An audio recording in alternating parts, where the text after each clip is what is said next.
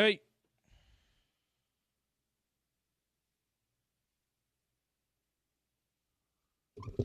Hey, OC, you got me? I got you. You got me? Sweet, got you. Cool. Bill is going to fill in for you June 5th and July 2nd. Cool.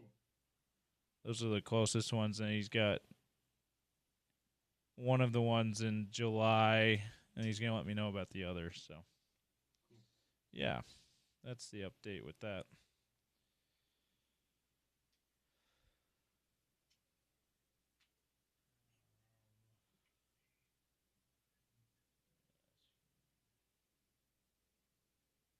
Oh, I wanted to ask you. I got the contact for Kansas's play-by-play guy. Talk about Darren Peterson, and then I was thinking of reaching out to the Durham Herald guy who we had on last year talking about Knipple and Cooper Flag. But Great. when do you think we should do that though? Because we're still like more than a month away from the draft. Yeah. I don't know. I still think sooner than later. I think it's Okay. going to be front of mind for anyone. So you think next week get one of them Next, on? I think next week would be great, and then also, you can can it and we can play it again as it gets closer. If Yeah. like I'm gone and you want to just Yeah, that's good. throw something in there like that. Yeah, we could do that. Could be part of a best of or something. Yeah. Yeah. Okay. Should we just do one next week and then one later? One maybe the week after, or do we want? Do you want to have them both the same week? Yeah. Let's try one next week and one. Okay. I'll do Kansas next week because that's the most likely, and then we'll get the Duke guy on to talk about Boozer the week after, and then we can get Jerem to talk about DeBonsa too. So Good idea. yeah. All right. Cool. Let's get started here. You hear programming? Sweet.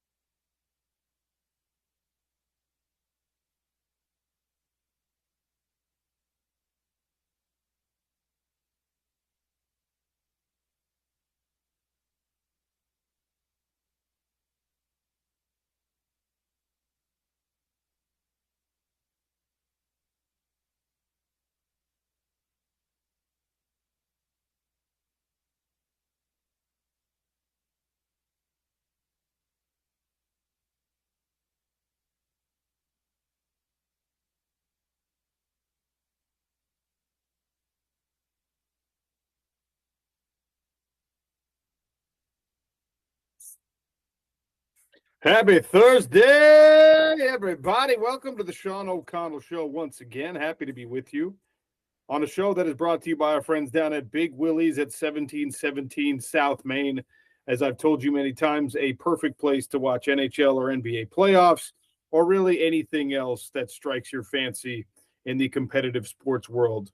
The craft food menu is excellent all up and down, not just the bar food, but even the spinach salad is fantastic. They really pay great attention to the small details with the food menu, with the craft cocktail menu, and most importantly, with the service. They take great care of everyone. They're the number one sports bar in Utah, the number one pool hall in Utah, and my actual personal friends. So give them a shout, give them a call, stop by 1717 South Main.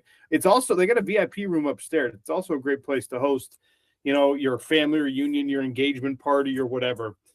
Just let them take care of all of it for you at Big Willie's. James has a nice show lined up for us today. Got to give a shout out to our producer. Gordy Chiesa is going to be here for an hour. John Wright, as the PGA Championship has begun, golf analyst and insider. Already some interesting things happening at the PGA Championship. if you're Garrett Higo and you're penalized 2 strokes for showing up 1 minute late to your tee time, you have become the most relatable golfer in the world to me. You are now my favorite golfer on the planet because that's the exact kind of thing that would happen to me. So we'll get into the PGA Tour, PGA Championship. Chris Navalta is also going to stop by. He has a new book out, Inspiring Stories of Soccer Greats for Kids. It's that time of year that it's just fun to talk about this kind of stuff. And Chris Navalta was kind enough to hop on with us. I mean, was it a full year ago? He hopped on with us for his last book, so he's jumping on again for the new one as well. James, when's the last time we talked with Chris Navalta? A while back.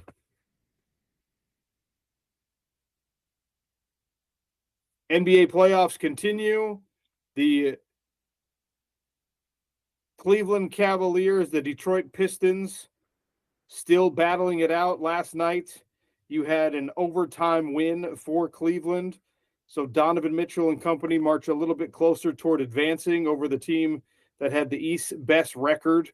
And for whatever reason, the Detroit Pistons, they like to be the cardiac kids. They like to scare their fans and all the people who support them. James Harden, yes, the same James Harden that seems to just hit roadblocks every time the games are important. James Harden had 30 points last night to lead all scorers in this game. To lead his team in this game. Cade Cunningham had 39, but was not enough, as nobody else really pulled their weight for the Detroit Pistons. And Cleveland gets it done, 117 to 113 to take a 3-2 series lead in that one. Winners, of course, will advance to the Eastern Conference Finals. On the NHL side of things, the Colorado Avalanche, who were the best team in the league all year long, they closed it out with an overtime win of their own. Nate McKinnon tied it up very late, and they got the game winner in overtime, 4-3. Avalanche move on. The Minnesota Wild, Adrian Denny talked about this. The Minnesota Wild, they really kind of went all in this year to get Quinn Hughes. Matt Boldy had a great season. Kaprizov had a great season. And I keep saying this with a lot of different teams, but stories like that of the Minnesota Wild really highlight just how difficult it is to march your way into a conference final, right? Colorado will now await the winner of the Anaheim and Las Vegas series, but the Wild didn't do anything wrong.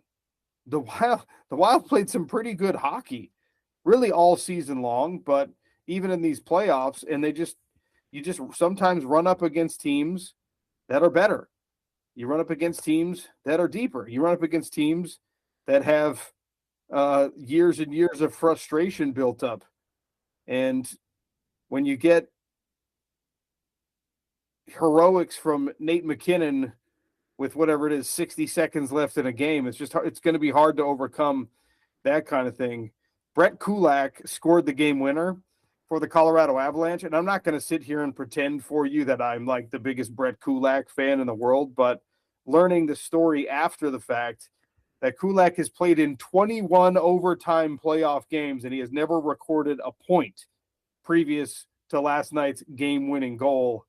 That's pretty cool. When you've been there that long for that much, you're that experienced in those exact scenarios, and it took you 21 games before you finally got your first career point, and it wasn't just an assist, it was the game-winning goal against a really good Minnesota Wild team. That's cool for Colorado, who, again, I don't know how many times I'm going to have to say it. They have been the best team in the NHL all season long.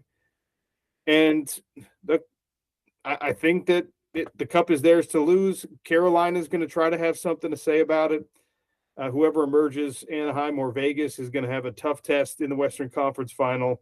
And for the Avalanche, they've had not injuries, but they have been getting beat up a little bit in this series, in these playoffs, really. So the rest versus rust thing that people talk about, I think that Colorado's going to benefit from a couple extra days rest by closing out their series early. Why am I talking about the NHL playoffs? Well, because they're the coolest thing going on right now in the world of sports, and they're a place where we expect our Utah Mammoth to be kind of perennially moving forward, right? And I don't typically want to lead a show with a building announcement, with a construction announcement, but I think it bears a real conversation about what the Smith Entertainment Group, what the ownership of the Utah Jazz and the Utah Mammoth are doing right now with the infrastructure, with the reputation of this as a sports market, of our state as a sports market, with the sort of investment and the buy-in that they are displaying. And I know that there are a lot of folks out there, and you might be among them, that think that there's a certain nefarious element to anyone who is a billionaire. And you don't like the fact that, you know, the Smith Entertainment Group and that Ryan Smith wants state funds and taxpayer incentives and money to be, subsidizing the projects that he is going to profit off of and that his business partners are going to profit off of. I understand your thoughts on that. I understand that sentiment. I really do. It is one of those, whether you call it fortunate or unfortunate, I think depends on which side of the coin you're on, whether you're the consumer or you're the builder, the businessman, the owner.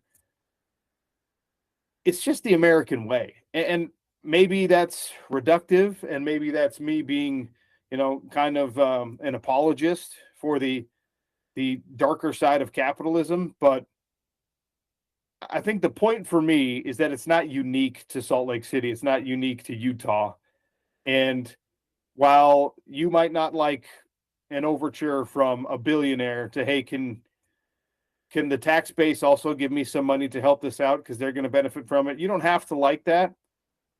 But I think you do have to like the level of investment and the level of creativity with some of these partnerships that Smith Entertainment Group is putting forward. The announcement came down kind of during our show yesterday, right after our show yesterday, that Smith Entertainment Group and Intermountain Health are doing they're announcing a partnership. They're utilizing once again the sort of headquarters, the home base of the Southtown Center down in Sandy, right off 106 South, which maybe that's another reason why I love this, because those are my old stomping grounds. That's where I grew up. Intermountain and Smith Entertainment Group are building a world-class sports performance center. And it's going to be down there in the same dang parking lot as the Jazz practice facility, the Mammoth practice facility. It's the Southtown Mall getting a facelift now as the practice facility, the nutrition facility, the home of 2 professional sports franchises, and now a world-class sports performance medical facility that can only help the reputation of both of these franchises. And I'm not talking about for fans, right? You're going to see this. You're probably going to go to the open house.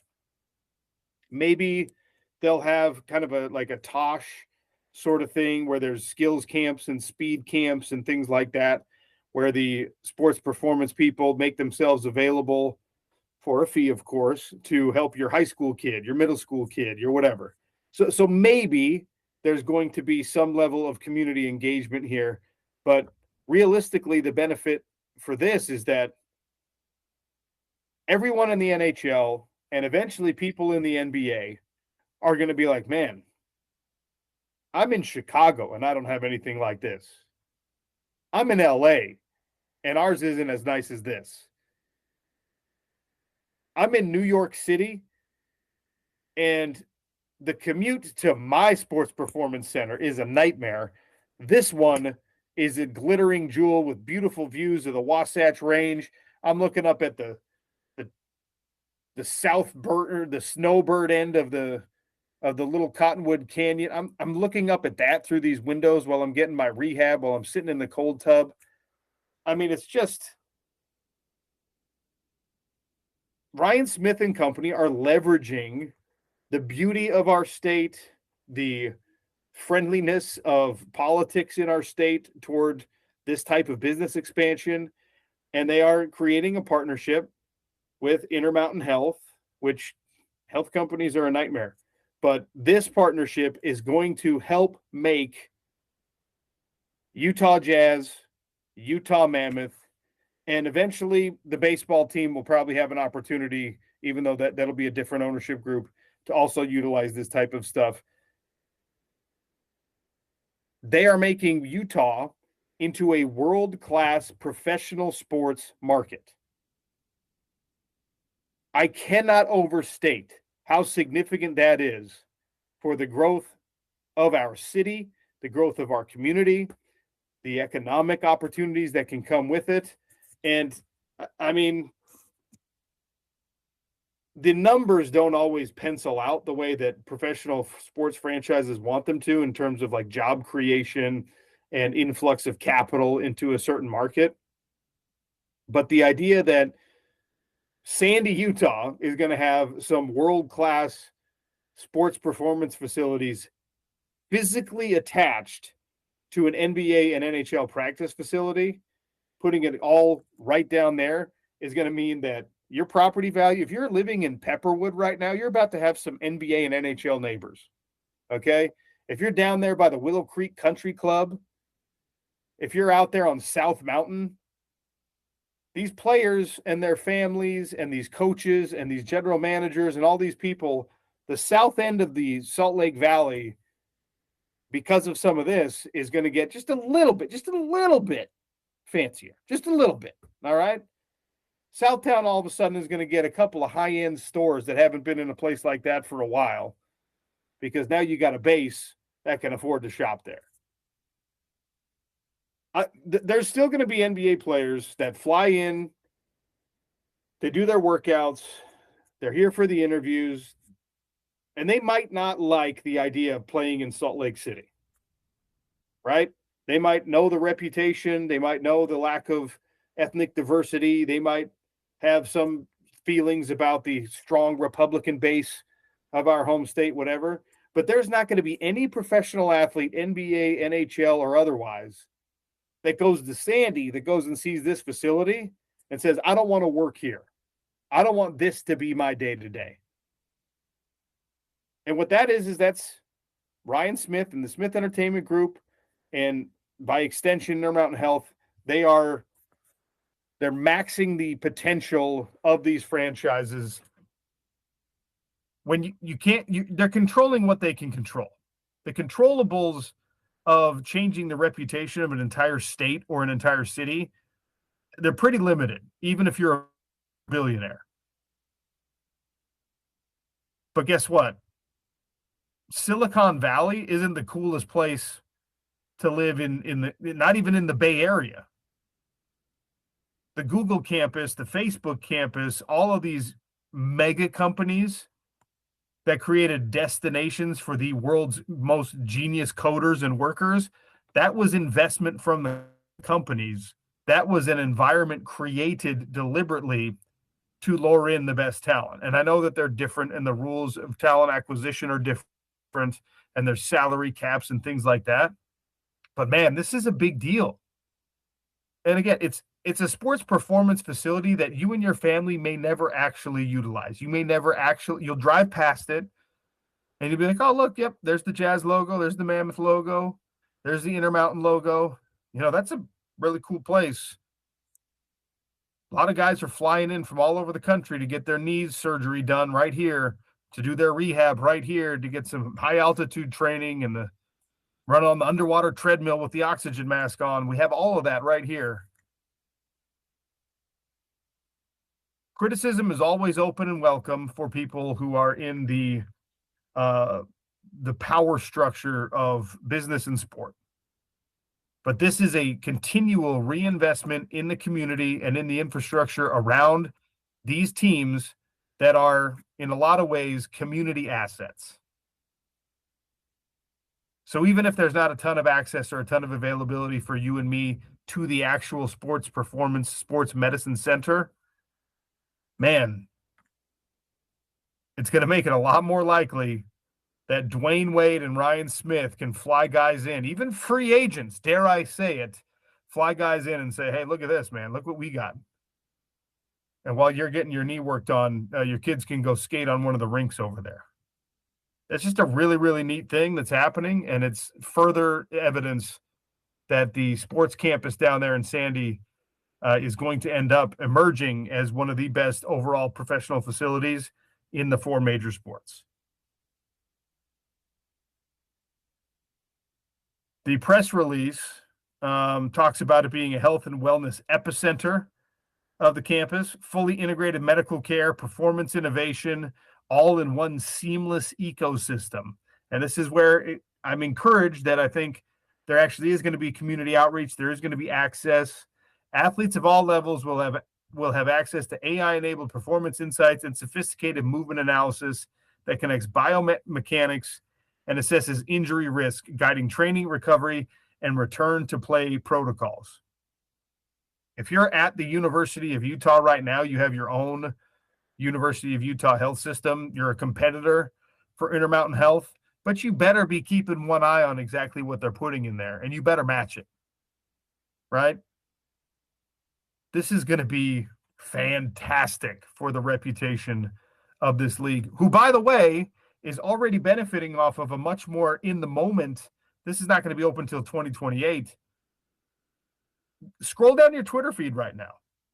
Look where one of the top 2 picks in the NBA draft is reportedly telling people, where does he want to be?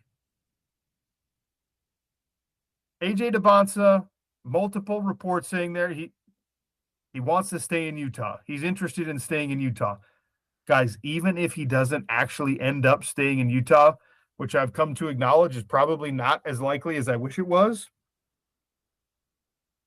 planting the seed across a young generation of NBA athletes, especially Black NBA athletes, that this is a place that I would like to be, that's a complete novelty. That is brand new. The conversation around Salt Lake City and around the Utah Jazz has been everything but that. Now, plenty of guys have said after the fact, after they get to know Utah, after they spend time in this community, oh man, I love it there. They buy homes here. They stay here. They golf here. They raise families here. A lot of those guys are pleasantly surprised, right? Maybe it's less of a surprise. And sure, it's a double-edged sword for all of us who are like, no, it's crowded enough. Please don't bring more people here. But the cool factor associated with having a top draft pick say, no, I kind of want to be here. I want to be there. And then these announcements, anyone who bothers to Google and to look into, well, what are they building there? And seeing what they are literally and figuratively building here, it changes the future for professional sports at the very least, and really for sports in general, right? If the NHL did not see what Ryan and Ashley Smith were doing with the Utah Mammoth and how they embraced, if they came in as new owners of the Mammoth, and they could have, by the way, they could have brought them up from Arizona and done what the Portland owner is doing right now. And I'm just like, yeah, we're going to nickel and dime everything. We're going to, you know, that scene from Moneyball where David Justice is mad that he has to pay for soda in the locker room? We're going to do that. If that was the conversation, if that was the narrative coming out of the early days of NHL hockey landing in the state of Utah, guess what would not be happening? The Winter Classic coming to Utah. No shot, no chance that you'd be celebrating in the it'll be the third year. We got the announcement in the second year that you'd be celebrating in the third year of a franchise's existence, one of the premier showcase events of that league. There's absolutely zero chance that if you were taking the Portland Trailblazer ownership approach of like, yeah, you know what, I'm going to pinch my pennies as hard as I can. You're not getting rewarded by Gary Bettman in the NHL. The NBA is going to see this. The NHL is going to see this. I don't think Major League Baseball will care because their flirtation is with a different ownership group. if I dared to dream, I'd say the NFL will see this, but they won't. They won't care. Utah's too far off their radar. James, sometimes I feel like I'm shouting into the void here. James Peterson is our producer back in our Broadway studios. Gordy Chiesa's also back in the Broadway studios. This is my last day on the road. I'll be back in studio tomorrow. I look forward to that. But this infrastructure being built and you've got an arena rebuild happening. You've got a number 2 pick. You've got now a sports campus developing at your team headquarters in Sandy. Is this the brightest, still plenty of uncertainty, is this the brightest long-term future outlook that the Utah Jazz have had in the last 25 years? Obviously it's all potential right now. I think that you could make that argument. I don't want to really think of it that way yet, OC, until we first know who the draft pick is at number 2 or otherwise, and then see the team actually play. Because once this group actually plays, and if they get off to a really good start, I think at that point it's fair to be like, oh yeah, this is like the brightest future outlook we've had in a really long time, if not ever. Up until this point, it's like, yeah, I understand why you and maybe other people are wanting to think that way or are thinking that way, but it's pretty empty until we actually know what players are coming in, and most importantly, this draft pick, and then how they actually look on the floor. Because right now we just don't know. There's so many unknowns. They could get Darren Peterson. They could trade up for AJ DeBonsa. The Wizards could take Darren Peterson. AJ falls into the Jazz's hands at 2, and then this team could end up not looking like they mesh very well. It feels unlikely at that point, but then we're like, okay, well, the future is very dismal at that point. So I'm not ready to quite go all the way there yet, but it feels like it's trending in that direction. Well, I appreciate the governor chip that you like to put on the optimism. The little storm cloud of James Peterson. Cloud, realism, whatever. Whatever you want to call it. Here's a quote from Keontae George, and one that, look, it's an employee of the company, but this is what the aim is, and it's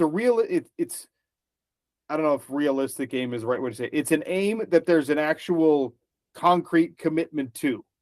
Now, whether you can ever achieve it is always going to be a question, but the effort is very certainly there. Ryan and Ashley Smith continue to create the best player experience in the NBA. The player experience thing is not something that we should just like, oh, yep, that's a quote from a guy who has to say that. Maybe to some extent, right?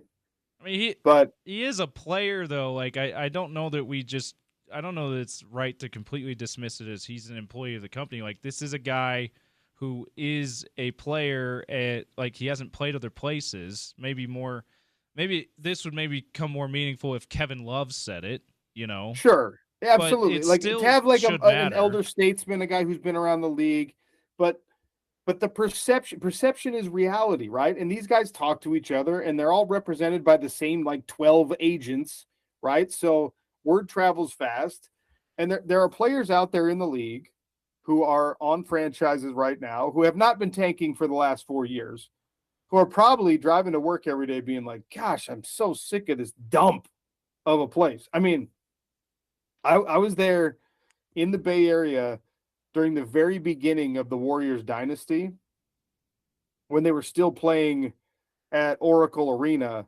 and that place was a dump. Like, getting to that place sucked, right? Now, players dealt with it. They would go to like this hole-in-the-wall Mexican spot in Alameda after games because, they valued the anonymity of going to this particular restaurant. And that was a team that was right on the brink of being incredible, like being truly great. And that was in the Bay Area, right? And there was a certain level of just like, we need a new arena, guys. there's improvements that are drastically needed here. Now, part of that was an atmosphere that was being cultivated by Mark Jackson, and he was not the most like popular guy in his own locker room, so that could have been part of it. But just the unfortunate reality of professional athletes is they're pretty finicky, right? They're like racehorses. You need to have a lot of conditions line up to make them feel there's nothing to complain about. A lot of these individuals, not all of them, but a lot of these individuals have been identified from early adolescence as a big deal and coddled through whatever experience and been given maybe too much comfort and their demands met too readily and all that kind of thing. And it doesn't breed the best character and culture sometimes, but it does breed a certain level of expectation in players that even in the NBA is not always met.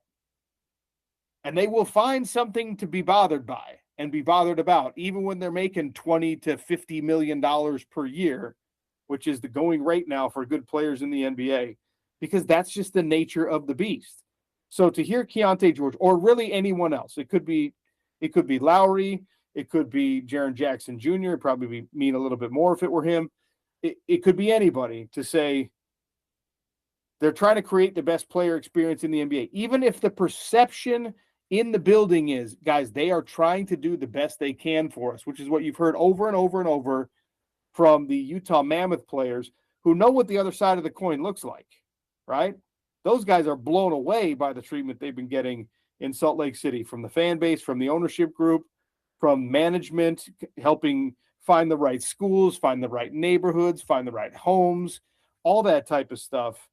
Like, of course, professional franchises are supposed to and want to do these things for their players and want their players to come away feeling valued, feeling like, hey, they're really trying to make this a great experience for me. In addition to compensating me absurd amounts of money, they really are trying to make this perfect for us. Ryan and Ashley Smith, they're going to fall short in a lot of these ventures. They're going to come up shy of the goal in a lot of these things. But the effort being there and the conversation amongst players and amongst dignitaries and amongst people around the leagues saying, hey, man, it's pretty incredible what they're doing here. That carries so much more weight than even a full arena does. Because I'll tell you this, when you're competing as an athlete, a lot of things can go away. Right? When it's competition time, when the goal is right there in front of you, when there's a team, a rival that you hate, when there's a guy on the other side you want to beat, whatever, like that's the easy part.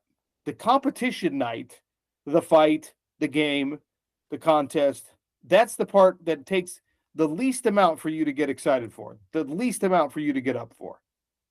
Doesn't require a lot to get the adrenaline pumping. Now, it helps when the arena is full, and the Utah Jazz have done a good job of that, and the Utah Mammoth fans have done a good job of that. The hard part is finding the commitment when you're in game number 55 of an 82-game season. Feeling like you still want to show up for work. You want to go to shoot around. You want to practice. When you're at game, when you're 7 weeks into your 10-week training camp. That's when it's hard. And that's when this stuff matters. That's when your work environment, the people you work with, the perception or the actual commitment of resources and care to your success, that's when that stuff matters. And that is a heck of a lot more important in a lot of ways than game night for some of these players. Because game night is when they're going to automatically be excited and show up. For the Utah Jazz to be successful, for the Utah Mammoth to be successful, they need to grow between the competitions. They need to grow between the seasons. And this level of investment in their future, in the facilities, in the community around them, it's meaningful. It's deliberate, and I think it's going to be a great success. Good job, Smith Entertainment Group, and by extension, Intermountain Healthcare, even though my general disposition towards massive healthcare conglomerates is one of skepticism and distrust. But still, thanks for the great facility at Southtown. We'll see what Gordy Chiesa thinks about this. He's going to join us for the next hour here on the Sean O'Connell Show. We're just getting started on a Thursday. It's ESPN 700 and 92.1 FM.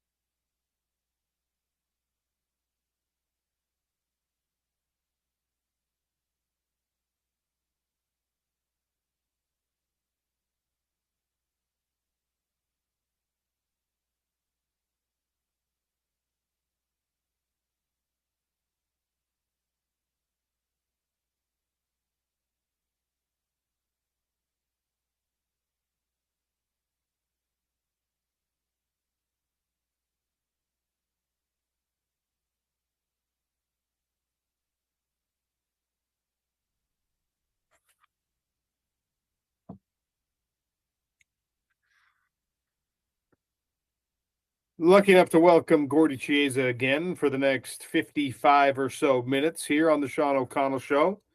Gordy, welcome. How are things? I am doing well, Sean. Thank you. Gordy, I just spent 25 minutes ranting about how impressed I am that the Smith Entertainment Group continues to reinvest back in its own professional sports products. The announcement yesterday that Intermountain Health and SEG were partnering on a sports performance facility that is going to be adjacent to, physically attached to, the Utah Mammoth and Utah Jazz practice facilities down at Southtown and Sandy. And look, I know that every team in every league tries to do right by their players on some level, but it feels like this deep investment, this extra concerted effort by the Utah Jazz ownership group is being noticed around the league, and most importantly, by players. Yeah, very much. And so we'll see that as the fruition of it when it's time for trades and free agency. You're right. The players do talk, especially in the off season, and most of them have the same agents as far as those 10 to 15 agencies that the players use as far as the representation. So it does matter. It's important to have world-class facilities and then use it as far as advantageously. And the Jazz have positioned themselves right now to do that tenfold. So it's impressive. I'm glad for the players. I'm glad for the organization too. In the last couple of days since we last spoke, the conversation continues to develop around the top picks in the upcoming NBA draft. AJ Devonsa's, not emphatic, but at least public desire to maybe remain in Utah. Less conversation around here, at least around whether or not Darren Peterson has any thoughts on the state, on playing for an organization like the Utah Jazz, whatever. But there was reports out there that AJ has made it known that he kind of wishes to stay in Utah, but there was also a secondary report in there that he and his camp didn't want to play the game of like trying to force his way into any certain spot. Now, I'm trying not to get overly emotionally invested in the outcome here because I think that you have great players at the top of this draft either way. But how do NBA teams interpret, that messaging? How are especially the Washington Wizards going to handle all right, well, this kid has said he wants to stay where his family's at, and his family moved to Utah pretty recently with them. And will they even take note of it?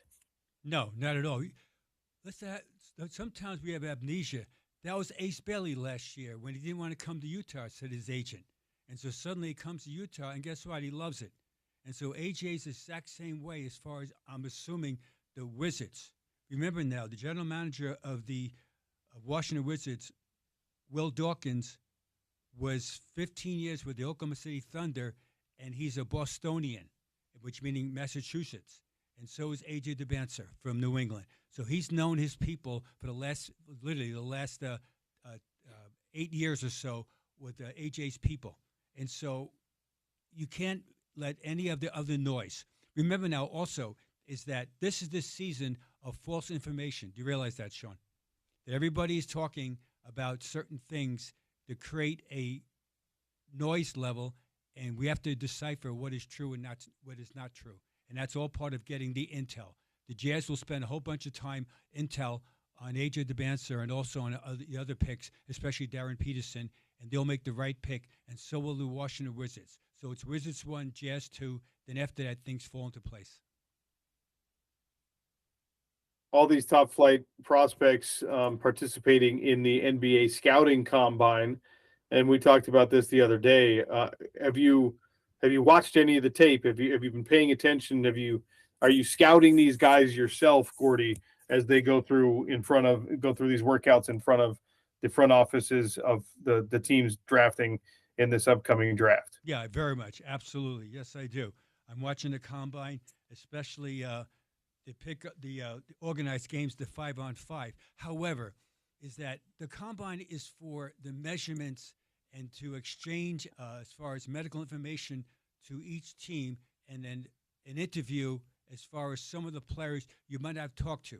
And then those exact same players will fly to certain cities for a second or third workout and interview also with either ownership level or, again, if there's any questions where they had in the Chicago pre-draft camp, they'll get it on their home turf as far as, quote, in their building. And so it's all the gathering process of getting intel. And the most important thing, though, is how the players played with their college team, also their European teams, versus just playing 5-on-5 in the combine. So it's important, but not. But I would judge. I judge people based on what they do in the regular season. Also, Sean, when I was director of pro personnel for the Memphis Grizzlies, I used to always try to watch guys I'm looking at for road games. You see, in other words, road games, because that's when you really see people what they can do as far as on the road in a hostile environment. So it's a process, and they'll do their due diligence. And the most important thing, though, is how you feel about a player, how he performed with his team, usually under adverse conditions, which is good. At the NFL scouting combine, like, guys can certainly grab attention by performing well in all those measurables, but also you can disqualify yourself in the eyes of teams, especially if you run slow, right? If you have a bad 40 or your short shuttle is incredibly bad. Is there a test that NBA teams are not looking at just to say, hey, how do you leap off the page, or how impressive can you be? But like, that is their red flag assessment as well? No. I mean, again, the verticality and the standing jump's important, but usually is that it's based on effort too. I mean, so the answer is no. It's not as cut and dry. Also, your point is absolutely well taken, where don't talk yourself out of a player that you like, or don't fall in love with so-and-so because of his unbelievable length. Because what happens a lot of times is that Sean, here's the question to you. We're all watching these intense playoffs, so it's been absolutely sensational. When's the last time you thought that Jalen Brunson had short arms? Sean, when's the last time? You know what's funny is I remember when the Knicks took a big swing to acquire Jalen Brunson, and were roundly criticized for it. And I think I probably was among those who were just like, this doesn't make any sense.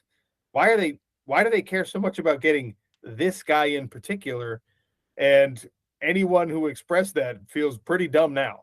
Oh, very much. So again, this involves basketball. It involves team play. It involves toughness, the nuance of playing. Do you shoot forward? Do you shoot backwards, as far as the mental focus of it? And this is all part of it. And again, is that the teams that usually win, Sean, consistently, they get it right the majority of the times. So last year in Jazz basketball, they got it right absolutely on Ace Bailey. They got it right. Also, they got it right on Sensabaugh, and also on Filipowski, and also Keontae George and Akalia. Those guys, they got it right on. And Cody Williams is still a work in progress. And so the Jazz have hit on them, and now they got to try to do this as far as a thing called winning. And they're positioned to do that, certainly, right now as we speak. And so the better teams get it right. I just described the Thunder. And then there's certain guys, Sean, that you and I talked about for the last years, is that, oh, by the way, they weren't invited to the draft party. What's the reason why? Last night, Max Strus was undrafted from DePaul, so you can't say he didn't play in the big league. I think it's called the Big East. All right, Max Strus, undrafted, gets 20 points, 6 of 8 from threes, and he's making it hard on Cade Cunningham, who played great also, but he made Cade at the end of the game not be slightly less effective in the overtime for the Cavs to win a absolutely incredible, intense game. The learning point about that is that there's guys also who fall through the cracks in the draft. You mentioned the other day we talked about guys undrafted. You told me that Kurt Warner, who was the MVP of the Super Bowl, wasn't drafted. So it happens, is that people get it wrong, and other players, they get so overlooked or over-glamorized that's why they're either successful or not successful in the NBA or professional sports. It's interesting. All right, we're going to stay on clock here because we have Gordy for the next, like I said, still 45 minutes, but so much to get to. We now have a number on the increase in foul calls during these NBA playoffs. Steve Kerr has re-signed with the Warriors. Morey is out with the Philadelphia 76ers. And, of course, actual playoff games to discuss as well. We're just getting started with Gordy, so stick around. It's the Sean O'Connell Show on ESPN 700 and 92.1 FM.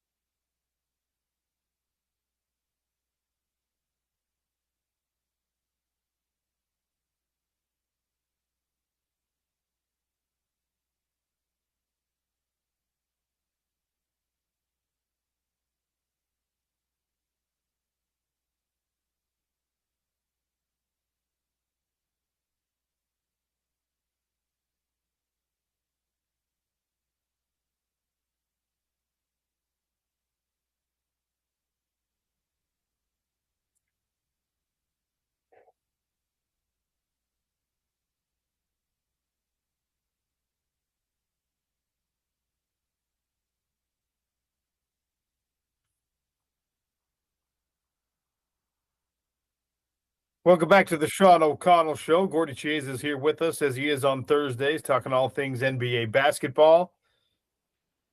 And here in the hot lunch, I want to ask Gordy, the Steve Kerr extension in Golden State, does it make sense given where the franchise is at with a transitional period coming when Draymond and Steph and the elder statesmen either move on or retire? Yeah, it does make sense. Absolutely. He is a huge factor of why they're winning, besides the greatness of Steph Curry and Steph has on his contract 2 years left, and I think that's part of it. They lost we saw the visual when they lost recently. They all hung together at half court and had a hug, and that was emotional. But he's coming back. He's coming back to try to do it over again. The team is absolutely. They need better players as far as their aging. It's the worst scenario you could ever have. Have a high payroll and aging players. That's the worst scenario in any sport, and they do have that though right now. But the ownership level wants them to stay together. They're going to try to tweak it some. They maybe overachieve the next 2 years. So he's going to be there. He'll lead them, very similar to Greg Popovich, where at the end of his career they weren't competitive. The Spurs. Then he got Wembanyama, and they're hoping to get someone like that eventually in their draft, future out. But they're going to try to just remain quasi-competitive. So it does make sense for them. And they probably felt also that Steph, I'm sure, behind closed doors, said to them that I prefer to play with Steve Kerr than someone else to come in here, which I understand. So Kerr's still in Philadelphia. Daryl Morey out as president of basketball operations. They're going to keep their coach, Nick Nurse, on. What do you think of this move? It had to be done, absolutely. Really, again, the Sixers overachieved the way they played. They won 45 games last year, and Joel Embiid was never there the whole season because of injuries, historically, and also Paul George with the 25-game suspension. And so they overachieved. And so their roster, again, we call it court tilt. Court tilt is when you don't have either not enough scoring or not enough defensive players. And you'd hope that the same player would do both, that he's really strong on offense and also equally adept on defense. However, that's very rare. Now, you ask those players to be two-way performers in come playoff time. But in a regular season, it was a court tilt. So they moved on from the general manager, and their roster needs an upheaval. The problem is that Joel Embiid, you love his talent, but he hasn't been there as far as being reliable, and that sets them back as far as a franchise. And Maxi's great, and he's the face as they go forward right now, and also Edgecombe, who was the third pick of the draft last year. But you see with Edgecombe, this is a man's league, the NBA, including the playoffs. So in the playoff basketball, Edgecombe, who's a major young talent at age 20 years old, he can't believe how physical the playoffs were, and he struggled in the series. And that's what happens to young players. They don't realize it until it goes on. So they need to change there with general manager. It's going to happen, and I'm all for it. What's the most important trait that owners and teams are looking for now with their front office guys, with general managers, team presidents? We've seen now in college sports how, like, if you're firing an athletic director that you hired a few years back, his replacement or her replacement might be someone who's totally different, who has a completely different skill set, who's really good at, like, I don't know, revenue generation now, and athletic acumen might be even an afterthought.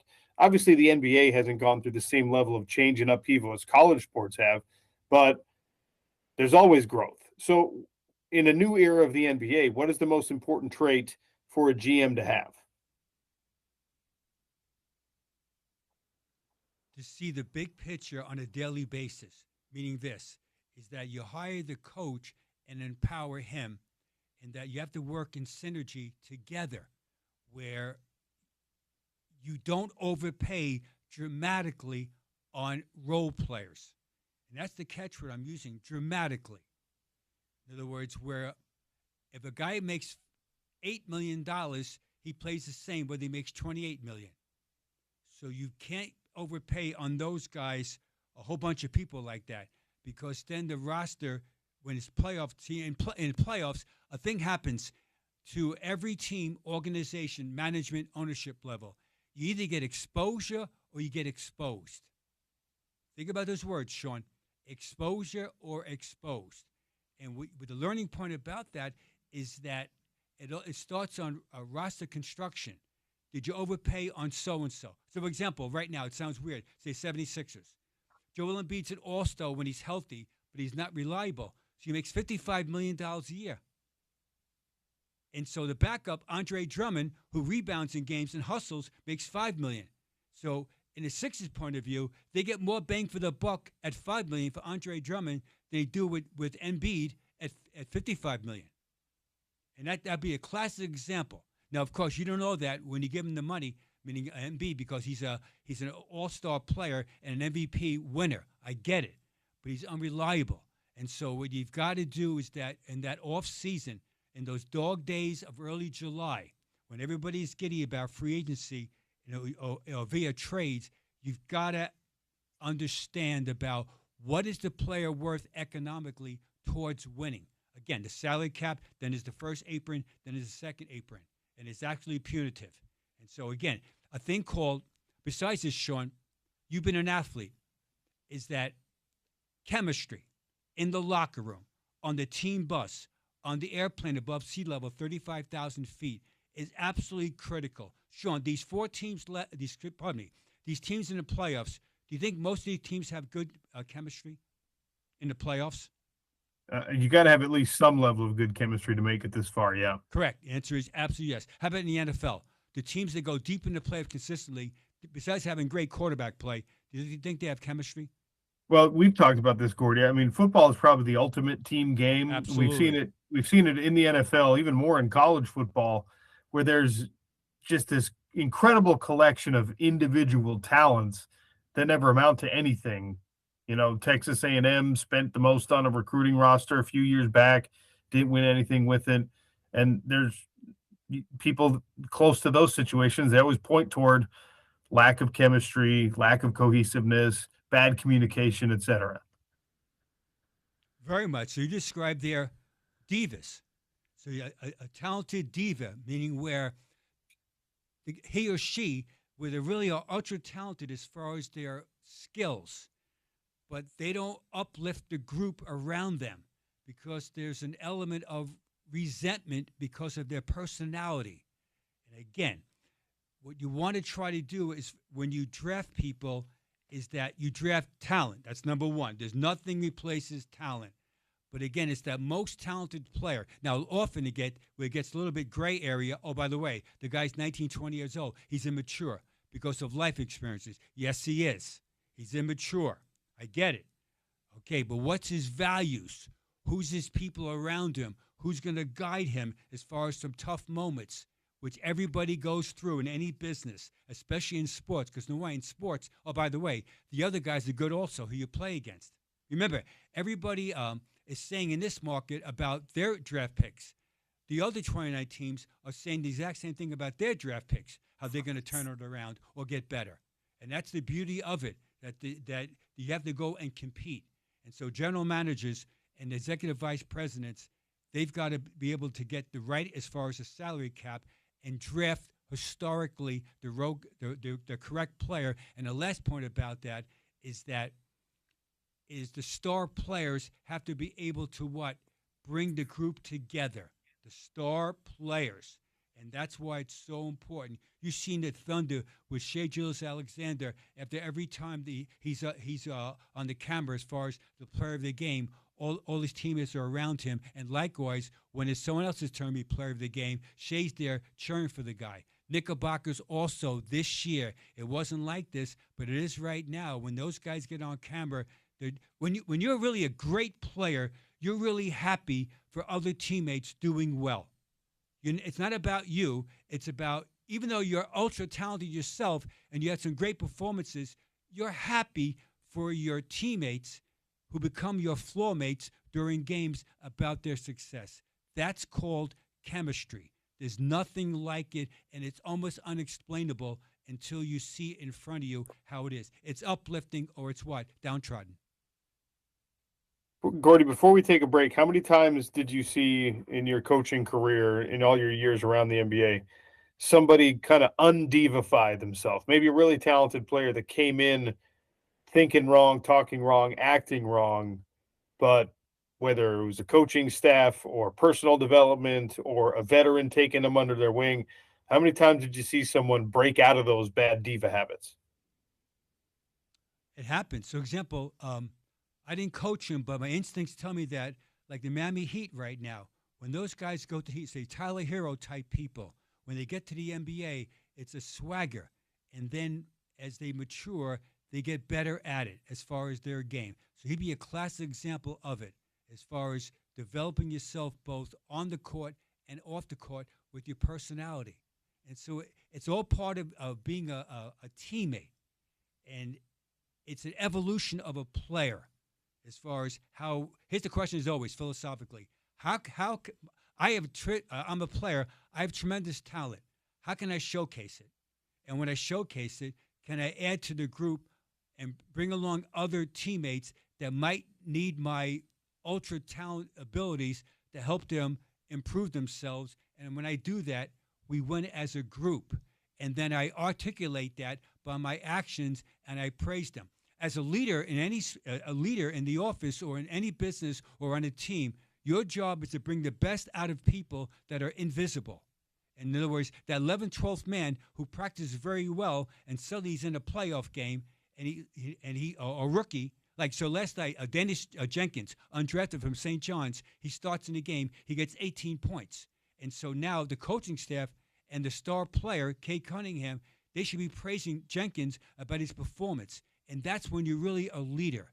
And that's what makes the beauty of sports, Sean. There's nothing like it in a team sport when everybody shares in the winning atmosphere. All right, Gordy's still hanging out with us for a little while. We haven't even gotten to the games that are actually being played. We want to remind all of you listening that we're giving away golf again today through the Festival of Tees. Utah Golf Association Mountain Home Services are hooking you up on the Sean O'Connell Show every day and on the Drive with Spence Checketts. So make sure you're listening at 1:45 today for your chance to win a free round of golf through the Festival of Tees. Mountain Dell. Ooh, that's a beautiful course. Mountain Dell is where we're going to give away a free round today. So that's coming up in about an hour and a half, hour 45. Gordy Chiesa for another 27 minutes or so. After that, we'll have John Wright to talk PGA Championship, Chris Navalta to talk his new children's book. It's a good day on the Sean O'Connell Show. Stay with us. ESPN 700, 92.1 FM.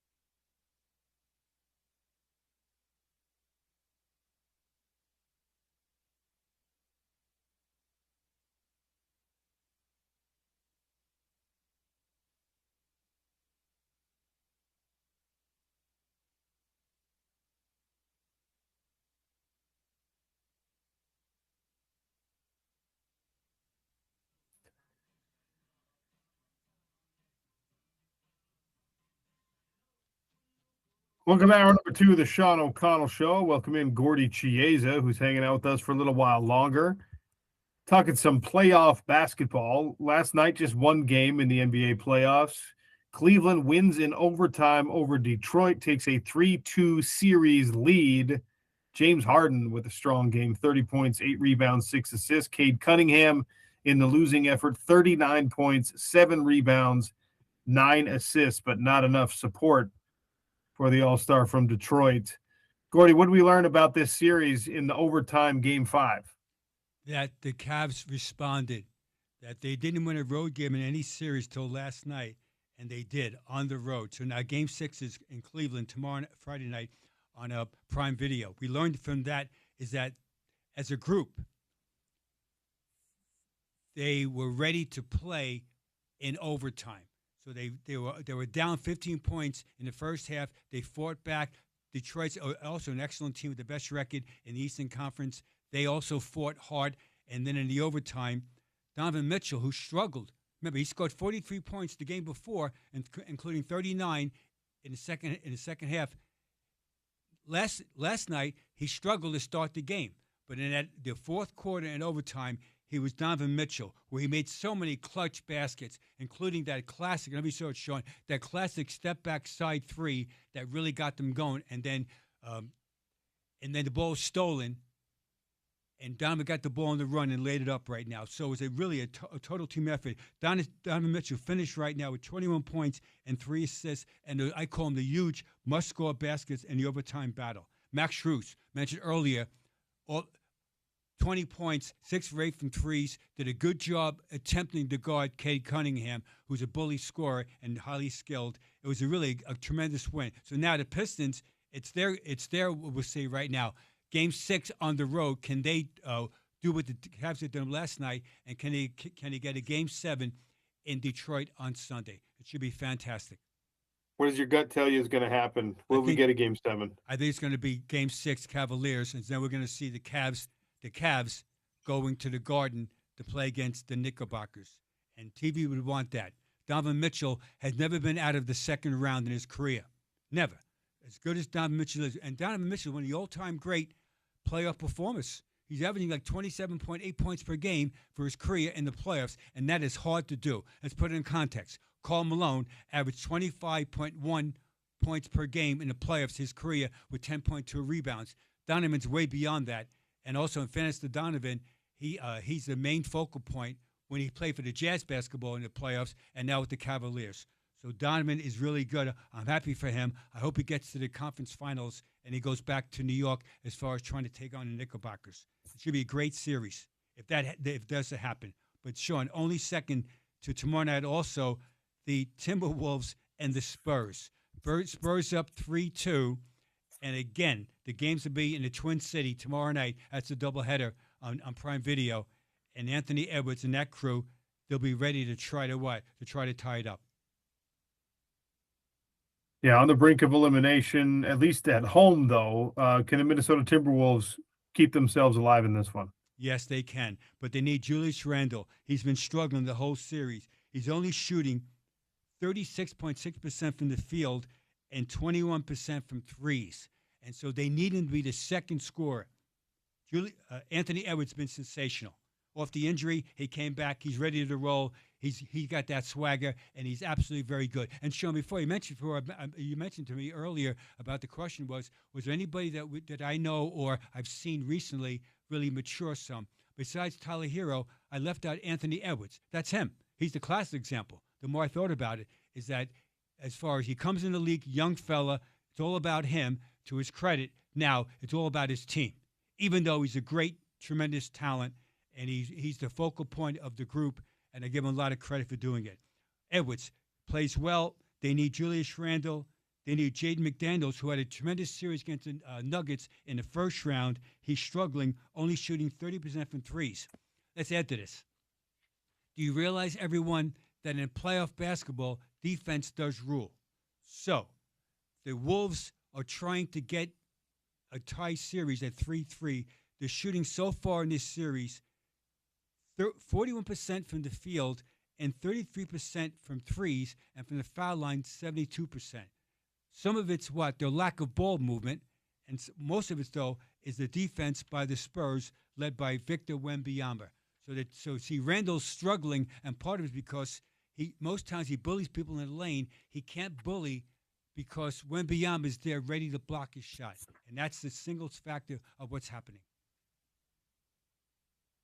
I always appreciate Rudy Gobert's willingness to put himself on the wrong end of a highlight because he's going to give you effort no matter what. And sometimes when you slow that stuff down, he overcommits to trying to get in front of somebody, and then there's a spin move and he's left lost. Or, we've seen him get posterized plenty of times because he's not going to let you get to the basket without trying to put a hand up. And I respect that about Rudy. Victor Wembanyama has the ability to make a lot of people look really silly. He's made Rudy Gobert look a little bit silly a couple of times in this series. What is the key for somebody who's got the size, like Rudy does, to defend Victor Wembanyama, but the young man is faster, right? Yeah, very much. When you're coaching up a Rudy Gobert, you have all the tools except the quickness.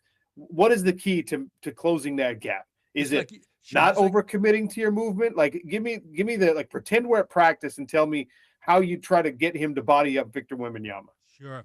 The first thing is just like in the NFL, showing the cushion, where you give a slight cushion. We call it press up to Victor Wembanyama and then go arm's length. And your sole purpose right now is to just try to stay in front of him. And then when he comes to a semi-jump stop, that's when you put numbers on numbers. So first you play a cushion as far as your length and move your feet to best your ability. When either the shooting motion or he jump stops or instinctively, then go numbers on numbers. We call it body on body, bone on bone. And then the last part about that is be the second jumper. We call it stay up, stay down. Do not go for the first head and shoulder fake. Stay on the ground, and then when he jumps, you jump. It's discipline. Like any sport, the ability to have technique. Technique is everything. Whether you're NFL cornerback or safety, whether you're NFL lineman, you need technique and leverage. And basketball is the exact same thing.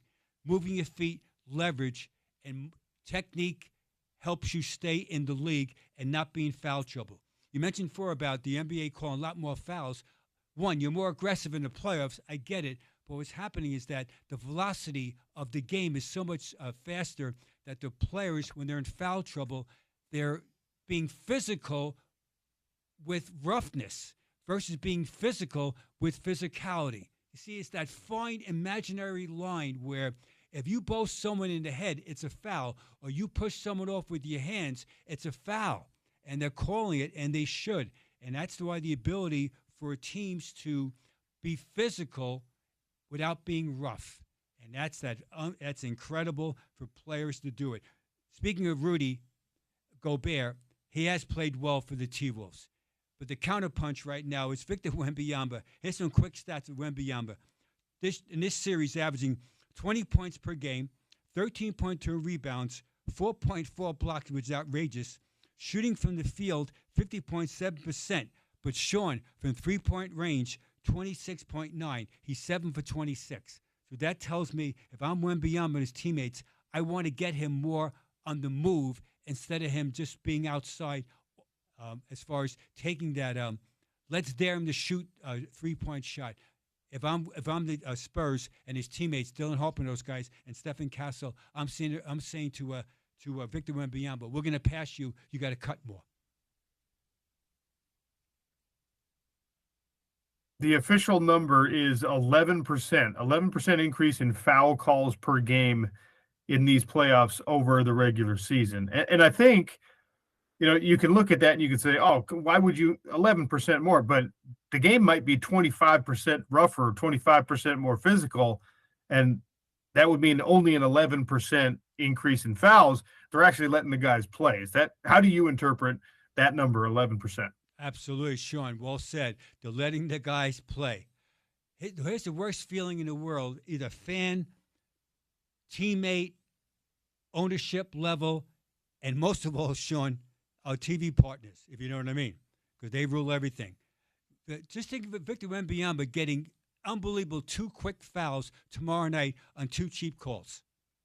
It sets back the whole franchise. It sets back the mood of the game because suddenly he's on the bench for, we'll say, 9 minutes in the first half before entering back in the second quarter. And the game is not decided yet, but it affects the flow of the game. That's why the refs understand that. It's not, they don't tell them to do that, but they want to make sure that the star players, within reason, stay on the court. Sean, you can call a foul on every possession in most playoff games. Absolutely, you could.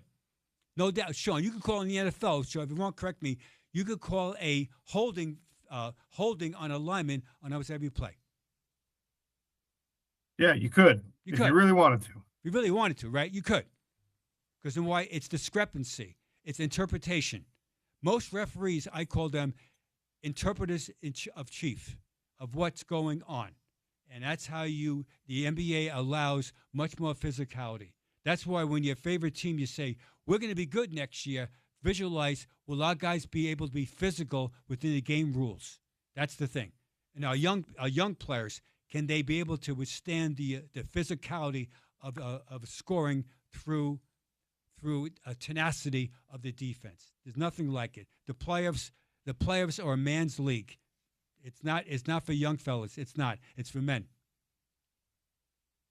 Gordy Chiesa for another minute or two here. Gordy, it's a little anticlimactic now, but Adam Silver rolled out the league's anti-tanking proposal, the 3-2-1, that was already reported on a couple of weeks ago. And like the initial reports got it right. Well, now the league has acknowledged this is what we're going to try to do.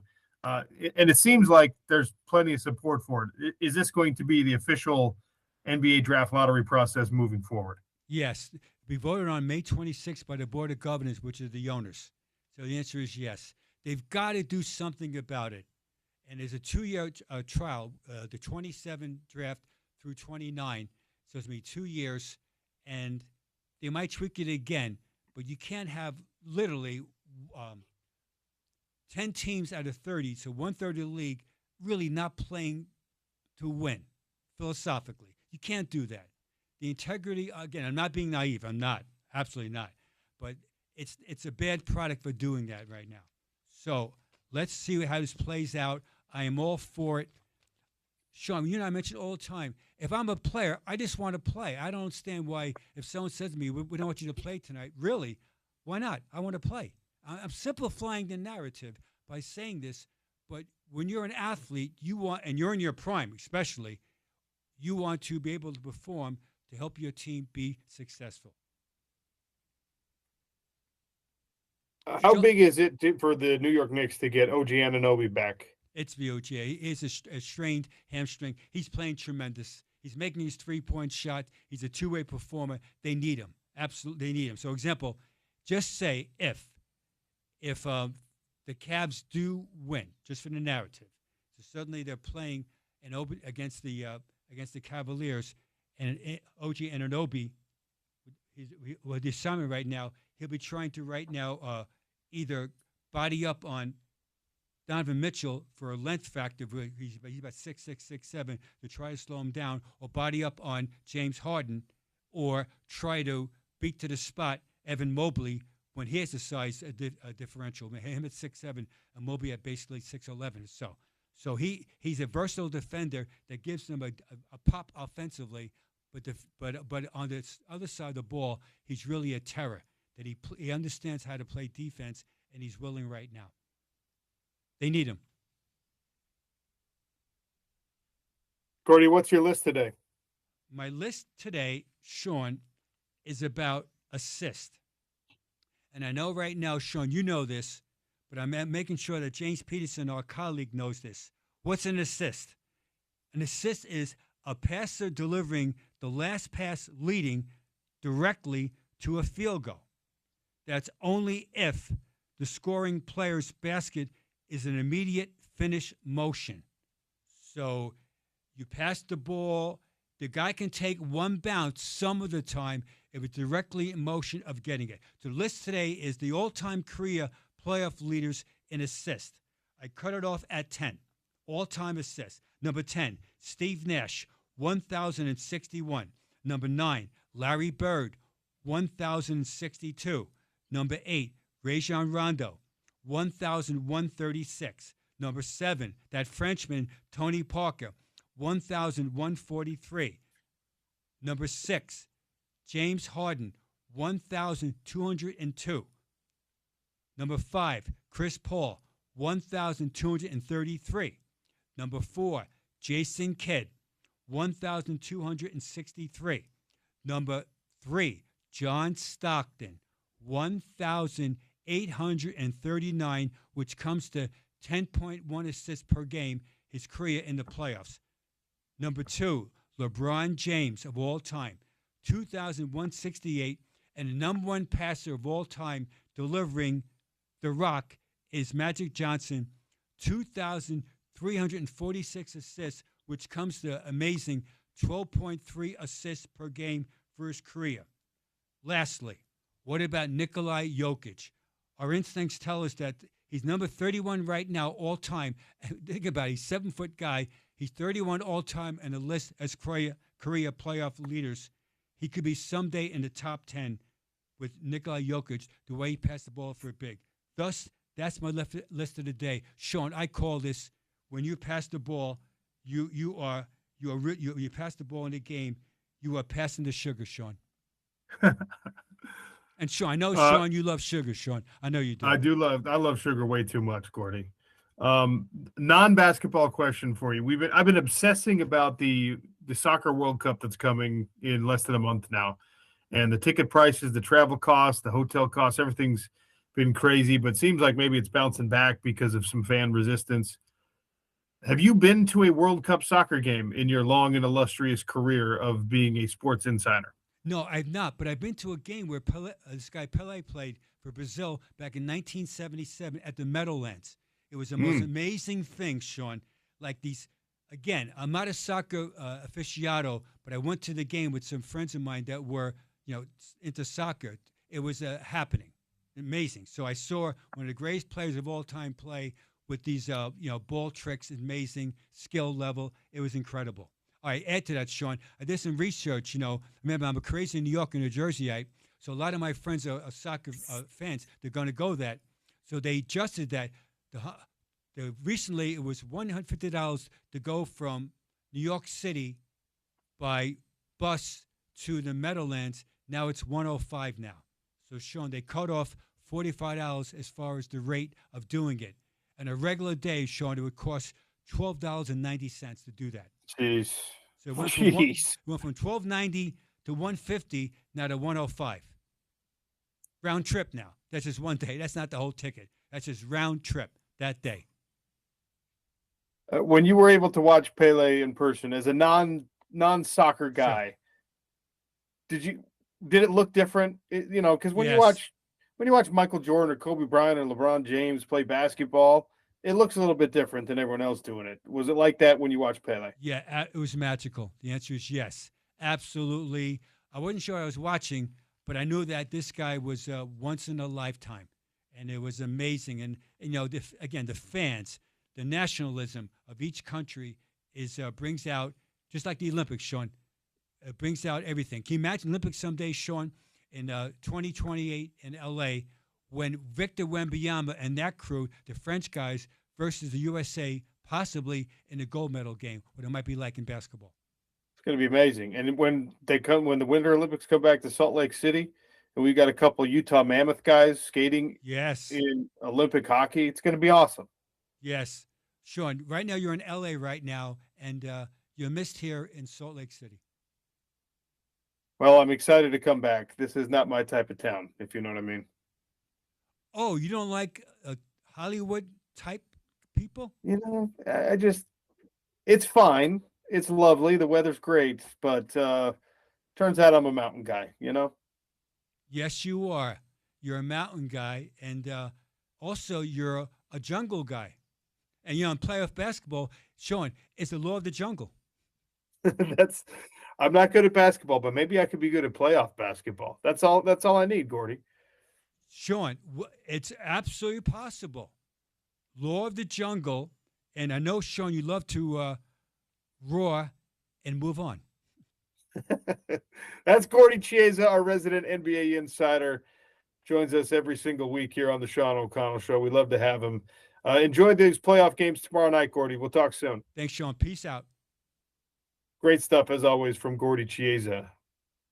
We'll take a break. We move on to golf. John Wright is going to join us, Golf Insider PGA Tour, PGA Championship in its first round play today. And you know what? I found a new favorite golfer, Garrick Ego. I'll tell you why he's my favorite next on the Sean O'Connell Show, ESPN 700, 92.1 FM.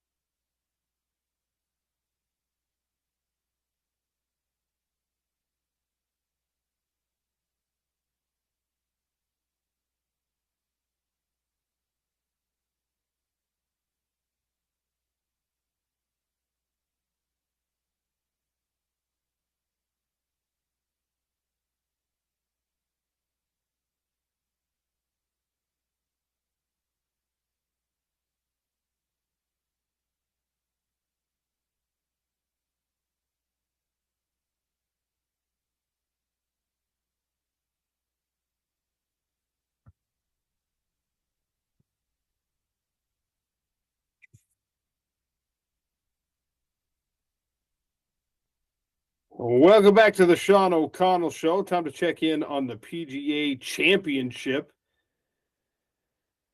Our conversation, all things golf, brought to you by our friends over at Uinta Golf by Worldwide Golf. Tell them OC sent you when you stop in any of the Uinta Golf locations all up and down the Wasatch Front. We welcome in John Wright to talk about the PGA Championship, former golf pro, former University of Utah golf captain. John Wright, welcome to the show. How are you? I'm well. How are you? Thanks for having me. Yeah, appreciate you giving us some time today to talk about. I'll admit, golf is a bit of a weak spot, bit of a blind spot for me. I have not caught the golf bug like so many people have, but I think I found my favorite player on the PGA Tour because he's so relatable. Garrick Higgo penalized 2 strokes for showing up a minute late to his tee time. I think he finished a 69, I think is what I saw, but penalized 2 strokes for the most relatable thing ever. When you saw this, what was your reaction? Well, I had to laugh because as a professional, you get used to knowing when your tee time is and making sure you're there. I mean, I was 5 minutes early just for that very reason. And there's no give on the rules of golf. I saw his interview. He said he was maybe 10 seconds late. It doesn't matter if you're not there when it's your time. It's 2 shots. And if you're given 5 minutes and if you're not there within 5 minutes after your time, then you're disqualified. So it's a credit to him though. He put it behind him and went out and shot 1 under par with the 2-shot penalty. It would have been 3 under, but for a lot of people, that would have been disastrous mentally. You get in a fight, you're arguing with the rules official about where you should have been and all that, and then you kind of let it bother you and you play poorly. But he didn't let it bother him, and good for him. And he can put it behind him and see what he can do the rest of the week. Well, that is one of the things that impresses me most about just good golfers, professional golfers, obviously, the elite in that group. The amount of mental fortitude necessary to put bad shots behind you, put a bad moment like this behind you. And it's not like in other sports, better than I do, where, you got like 15 minutes of competition or you got an hour of competition and it's like blood, sweat, and tears for all that time. So a bunch of things drawing your focus away. Golf is this ultimate mental game where like you got to force yourself to not think about that for 3 hours. Right. You got to put that behind you, but not just for a minute. He's got to keep that behind him, and that's truly impressive, John. It's very impressive, and credit goes to him. I mean, I still can't figure out why he wasn't on that tee box. He claimed he was just on the putting green next to the tee, but anyway, it's a real credit to him because I've seen it happen many times. You get into a rules controversy with a fellow player or a rules official, and you have an argument, and you get a ruling against you, and it bleeds into your next 4 or 5 shots, and next thing you know, it's ruined your round. So all credit goes to him, and he also played early, which is it looked to me. I've been watching. I haven't gotten much work done watching online, but the weather's been the story so far. It was very cold this morning, and the conditions were tough. It looks to me like the guys that are playing this afternoon, like Scotty Scheffler and some of the favorites that have just teed off, they're going to get better weather conditions than they did this morning. What's going on with Rory McIlroy's foot? Well, I don't know what's going on. I mean, he had a blister. I mean, you have to walk in golf, and he has Nike swooshes all over him. You'd think he'd have shoes that are fitting and didn't give him blisters, but yeah, you would think.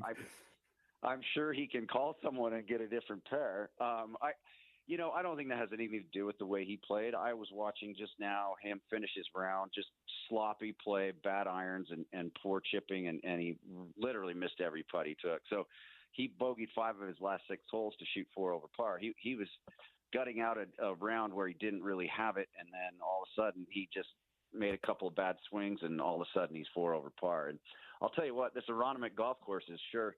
It looks a lot like a U.S. Open. The front 9 is playing 47 over par, but the back 9 is 139 over par. So these guys that are starting on the back 9 are going right into the teeth of the tough part of the course, and the guys that are finishing on the back are just trying to hold it together. So this is not a regular golf course that we play. It last was played on a tour event in 2018. and not a lot of the players are familiar with it. And it looks a lot like a U.S. Open course, a big, huge, sloping, very difficult greens, and the guys are struggling. When you're used to a certain type of course, and then one of these is thrown your way, like does it lend itself to a certain style of game? Guys that have that in their bag are going to be a lot more successful, or is it a battle for everybody? Well, it's a battle for everybody because nobody's really familiar with it. Most people probably got their first look at it earlier this week, other than the guys that were played it, 6 years or 7 years ago on tour. So it's tough that way, but it's a Donald Ross golf course. They play a lot of Donald Ross golf courses, Oakland Hills being the most famous one right outside of Detroit. So they're used to the style. They just aren't used to this particular course. So you just don't know exactly how a putt's going to break, and it's not a regular rotation golf course. So it's taking everybody a little bit of time to figure it out. To me, it is very much a second shot golf course. You do need to be in the fairway, but the rough is manageable. These greens are so big and have so much undulation. If you're on the wrong part of the green, you're going to have a hard time putting. And if you miss these greens on the wrong side, you'll have a hard time giving yourself better than 20 feet for par. Scotty Scheffler is the odds-on favorite, came into the tournament as the odds-on favorite, followed by Rory McIlroy, Jon Rahm, Cam Young, Bryson DeChambeau. If that's the top five, you already told me Rory's playing pretty sloppy. What about the other four? Could you see those guys playing the right way and winning this tournament? I can, but I can't. Well, Bryson DeChambeau just had a disastrous round. He's 6 over par. He didn't make a birdie until the final hole of the day. So he's basically played himself out of it, barring some sort of a miraculous round tomorrow. Now, this course can be had. The best score shot last time they played here in 2018 was 63. That's 7 under par. So it can be done. But when you start with a +6 on a major, it's his worst round ever to open a major, and it's Bryson DeChambeau is effectively out. And you got to think a lot of this has to do. We talked about the mental game. Bryson's career is kind of in limbo right now. He's a live golf player. That tour is going to fold up shop at the end of the year, and he's got nowhere to play next year. So he wants to come back to the PGA Tour, but the PGA Tour doesn't really, they want him back, but they're not going to just let him waltz back after what he did when he left. He sued the PGA Tour, took a big pile of money, and basically tried to ruin the PGA Tour. So I think a lot of his struggles are mental. Jon Rahm is another one who's playing well, but he is also in limbo. He did negotiate his way back to the European Tour when LIV folds, but I think these guys are dealing with so much off the golf course, it's kind of hard for them to play.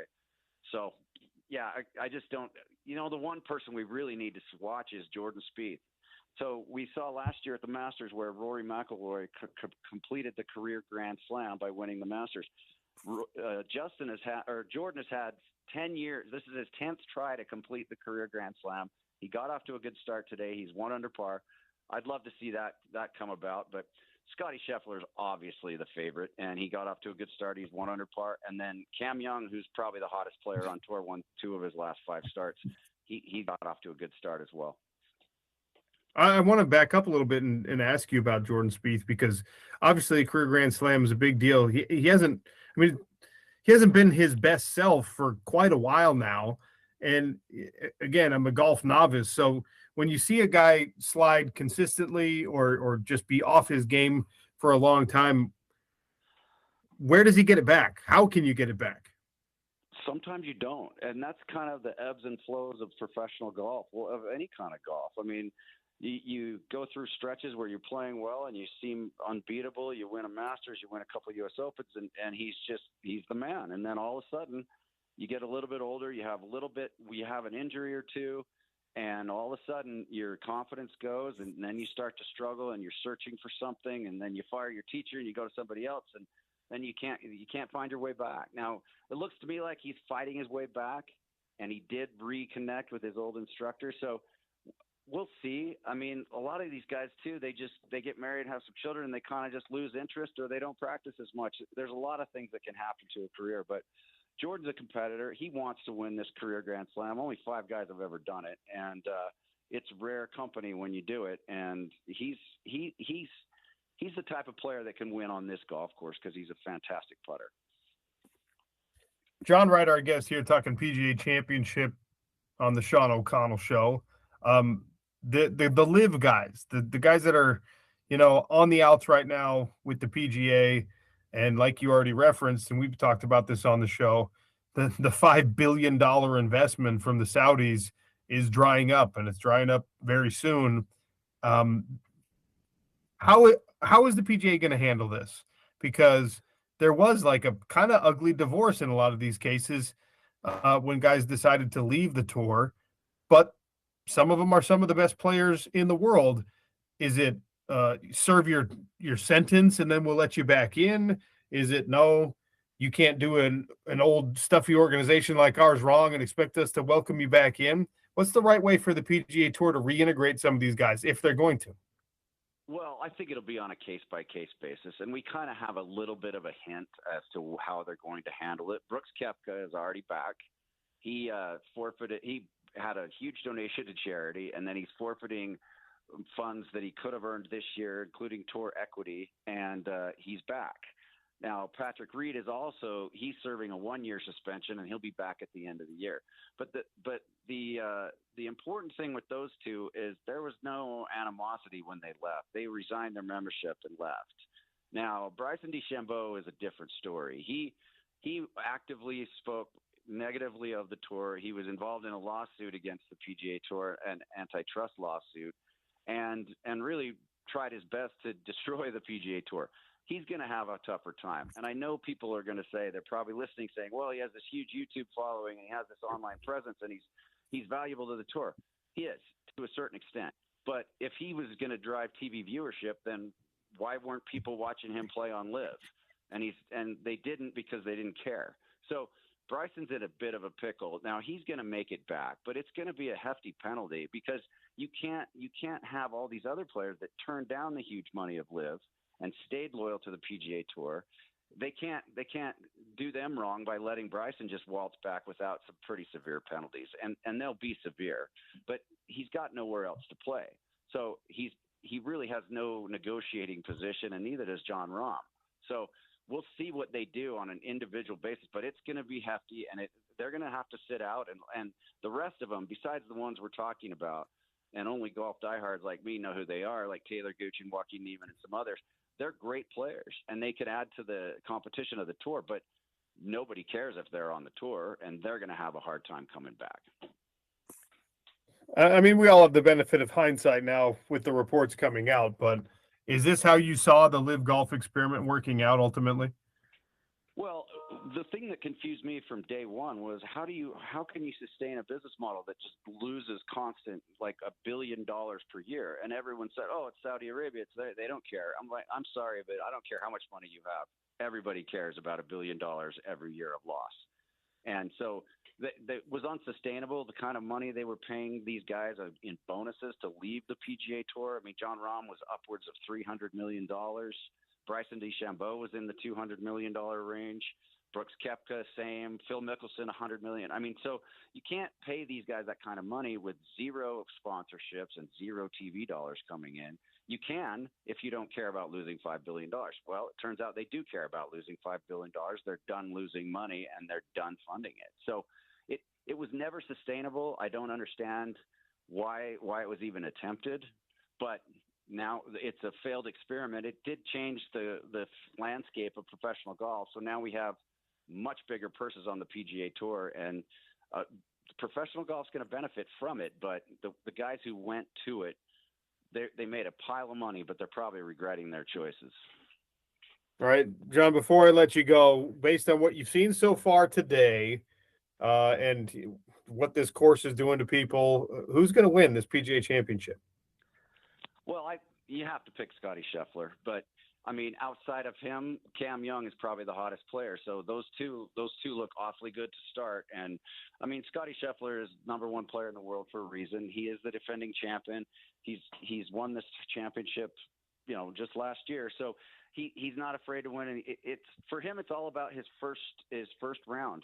The reason he hasn't won more events this year on tour is he's gotten off to awful starts in the first round, including the Masters. And then he plays lights out the rest 3 days and either makes up the difference and wins the tournament or finishes second or third. So if he gets off to a good start, I just don't see how you can pick against him. And the sad part too, Sean, is that we have some Utahns in this field, because this is the PGA Championship, and there's a difference between the PGA and the PGA Tour. The PGA is made up of professional golfers that work at your local golf course up at Bonneville or Rose Park or wherever. So they have their own national championship, the Club Pro Championship, and the top 25 from that get to play in this. So we oftentimes have some local professional golfers from Utah playing in it, but none of our guys qualified this year. So it's not as much fun to watch our locals travel around that golf course. I lied. I do have one more thing to ask you about. The announcement that we got that the Utah Golf Association is partnering with Bank of Utah and giving sponsorship exemption to the amateur champion, that they'll get to compete in the PGA Tour's Bank of Utah Championship at Black Desert Resort in St. George. The state am is down in July. And like when you're an amateur champion and you get the ability to golf in a tour event, how big a moment is that for whoever ends up winning this amateur championship? Well, that's huge, and it kind of makes me sad that I'm 55 years old because I won that championship twice, and I would have loved to play that tour event twice. But now I don't think I'm good enough to win the state am at 55. I still try, but no, I think it's super cool that the Bank of Utah is doing that in Black Desert Championship. They really are growing the game, especially in southern Utah. The game is exploding down there. That I was down there over the winter. You couldn't even get a tee time at some of those golf courses, not just Black Desert, every golf course. So I think that championship is a real bonus for our state and for golf in Utah. And whichever amateur wins this state amateur, that's going to be what a fun experience for him to go and get to play with the pros on the PGA Tour. That's so cool, and I'm glad to see it happen.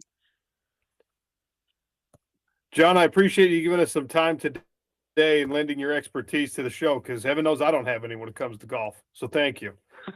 You're welcome. Well, I don't know anything about fighting, so we're good. To each their own, right? We all have our strengths and weaknesses. That's John Wright. You'll hear him updating things on the PGA Championship and golf on the station here at ESPN 700 and 92.1 FM. The leaderboard from the PGA Championship, let's see, James, what's the leaderboard look like right now? Yeah, it is right now. We've got Aldrich Potgieter is your leader at 3 under. He's tied. It's actually a tie at the top. He's one of 4 there, tied. Minwoo Lee, Hisatsune, and Jaeger are also tied with him at the top of the leaderboard. You mentioned Jordan Spieth. He's 2 shots off the lead. He finished 1 under. He was leading for most of his round, or tied for the lead for most of his round at 3 under. Had a little bit of trouble in his back 9 there, but still within striking distance. Justin Thomas also at 1 among the group at 1 under. Xander Schauffele just ahead of them, tied for 5th at 2 under. So some of the bigger names doing really well to start the PGA Championship here, OC. Leaderboard update brought to you by friends at Uinta Golf by Worldwide Golf. Go to worldwidegolfshops.com or stop into any Uinta Golf shop. Great deals, weekly deals right now. The Nikon Cool Shot Rangefinder discount. The 5-pocket Nike men's golf pants are $30 off right now. Big discounts on golf bags, on shoes, spikeless or spiked. And, of course, they've got every club, bag, rangefinder, even golf shot GPS watches. They've got it all at Uinta Golf. Tell them OC sent you when you head down there. All right. Excuse me. The Daily Dump is coming next. The Edmonton Oilers have done something it's a rare genius move that you almost never see in professional sports, but they've done it.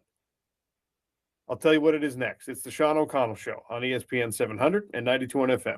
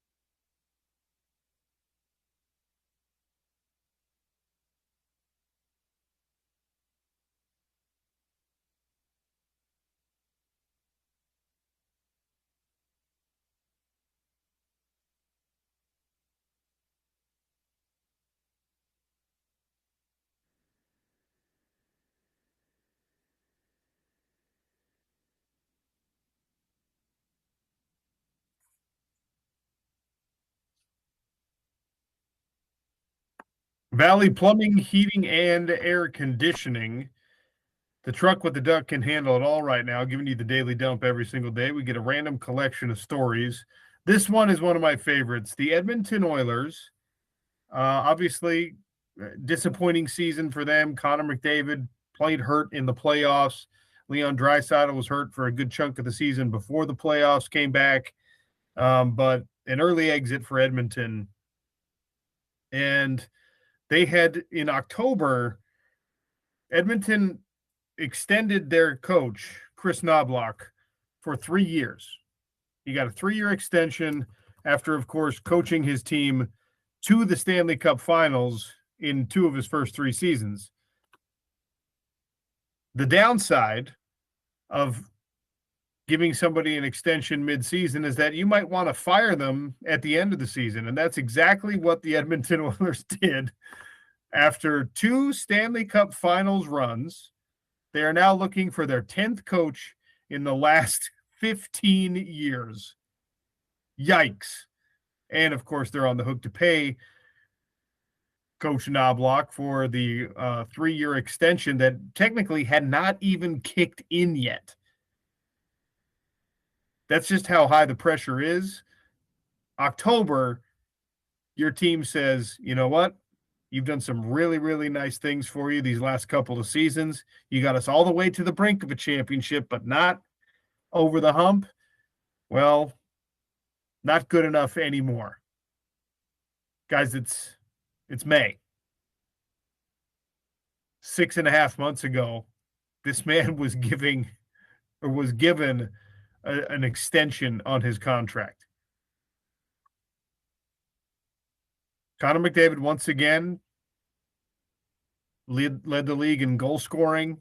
Leon Draisaitl continues to be an elite level sidekick, but bad defense, bad goaltending, and the organization decided, you know what? We think it's your fault, Coach Knobloch. Chris Knobloch is out after a pair of Stanley Cup final appearances and a 3-year extension that does not actually officially begin for 2 more months. He has been fired. That's tough to swallow. It's kind of like, I mean, not the exact same thing, because the Toronto Raptors, they fired the same coach who won Coach of the Year, but the organization, of course, doesn't decide who the Coach of the Year is in the NBA. The Oilers telling someone, yeah, we like you, we're going to extend you, and then firing you before the extension even kicks in. I wonder how much of this, I mean, there's a certain amount of desperation felt right now with Connor McDavid's contract running out, and a lot of people wondering, and even maybe him sort of casually expressing or subtly expressing that, you know, you got to start this now. We got to get better quickly. We got to have things happen in the right way sooner than later in Edmonton, or I'm going to be out of here. Connor McDavid, Leon Draisaitl, just plug a good goaltender in there and see what happens. But Chris Knobloch won't be the one to do it, because he got fired the same year that he was given a contract extension. And that, ladies and gentlemen, is a rare stroke of genius in professional sports. And by genius, I mean stupidity. Other big news, an NFL contract. The Miami Dolphins are giving Devin Achane the 3rd highest running back pay in the league. 4-year, $64 million extension, $32 million guaranteed, $16 million average annual value. If you don't like to do the math yourself, with bonuses and incentives, he could push this to $68 million. But Achane for the Dolphins is now the 3rd highest paid running back in the league, behind only Saquon Barkley and Christian McCaffrey. He is an absolute blazing fast individual, and they have decided, the Miami Dolphins have decided to bolster the offensive line in front of him. So we'll see how much it translates to more rushing production from the Dolphins overall. Achane, though, cashing in on a big time extension, making him one of the highest paid players in the league at his position. Also in the football world, you never like to see this, but it is part and parcel to the way of things now in the land of college football. Kingston Parks, the brother of Money Parks, three-star commit, longtime commit to the University of Utah, has decommitted and has opened up his recruitment again. You get the statement on Instagram.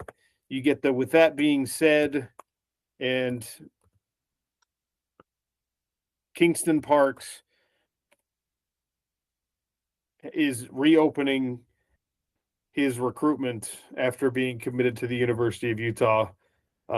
We thought in a solid, consistent manner for kind of a long time. So good luck to him. Class of 2027 wide receiver, no immediate effect necessarily on this roster, but you never like to see people decommitting. For those of you who wonder if he had a cool nickname like his brother, K1, that's what he wore, number 1. They called him K1. Kingston K1 Parks. Not as cool as Money Parks, but still pretty cool. Sad to see it. Good luck to him, though.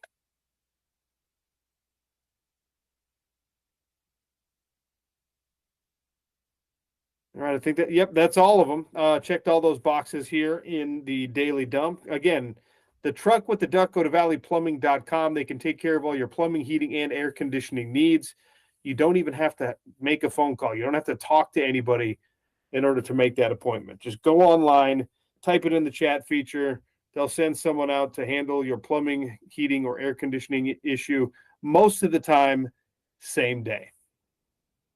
All right, we got the World Cup coming up. This is going to be, for a blessed few weeks, a very soccer-heavy show. Chris Navalta joined us when he released his last book. He's got a new one out, an author, Inspiring Stories of Soccer Greats. We'll talk about the new children's book from Chris Navalta through the soccer lens next on the Sean O'Connell Show, ESPN 700 and 92.1 FM.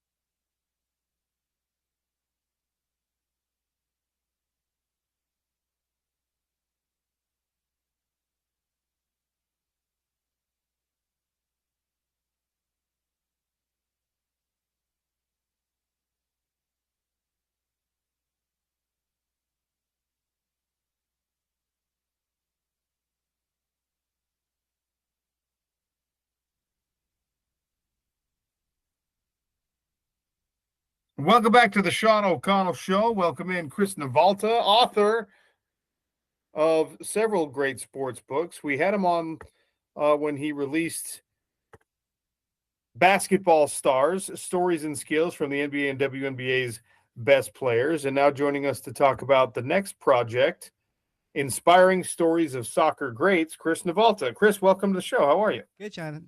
Glad to be here. I have to say that when I was with you last time, I signed off. I think I said "Go Utes," and my high school teammate in football, who attended the University of BYU, lives here, and heard that and didn't appreciate it. So, just wanted to give a shout out to my old teammate Justin Neville. Well, you know what? This is the Utah station, so you chose the right team to root for as you were signing off in Go Utes. I understand, though, why someone who went to BYU might not have loved it quite as much. Of course. All right, so I asked you this last time when we were getting into the basketball book, but why tell these stories? Why decide to take on a big soccer project like this one? Yeah, well, you mentioned the World Cup's coming up, so I thought the timing was perfect. And with the success of Basketball Stars, I thought like this is I think we have something going here. I think it's really important to tell these stories of these superstar players who we see as superheroes on ESPN. And similar to Basketball Stars, the stories behind Inspiring Stories of Soccer Greats, wanted to pull a curtain behind some of these athletes and show that before they were Superman or Wonder Woman, these were the struggles that they went through growing up when they were, let's just say, Clark Kent or Diana Prince. So that's almost the same premise, but now we're talking about soccer greats. You mentioned in the preface on the book that the 1994 World Cup was kind of the beginning of your own soccer interest in fandom, and obviously, we've got another North American World Cup coming up, which does make the timing on this book release make sense. But also, it's the premier sporting event really in the world. It's the number one spectator sport in the world. It's not the number one spectator sport in the United States, but together with Canada and Mexico, we get to host the world's biggest sports party. How much interest does this have for you? Are you going to make sure you get yourself to an event? What are your plans? Yeah, absolutely. So being from the San Francisco Bay Area, we will have some games hosted at Levi Stadium. I'm eyeballing that Paraguay versus Australia match because I think that's going to be a tough one. But yeah, to your point, Sean, it just brings out the best in all of us. I think back in 1994 when I first started watching soccer and just seeing everybody come together and seeing all the camaraderie and really having a lot of pride for your country, regardless where you're from. I think it is a one big party. And, I think sometimes when we go to college games or even in the pros, there's a lot of that, bitterness and rivalry. Sometimes fans take it too far. But I think we with soccer, like it's an opportunity to really show how beautiful this game is and really show how we are as real fans.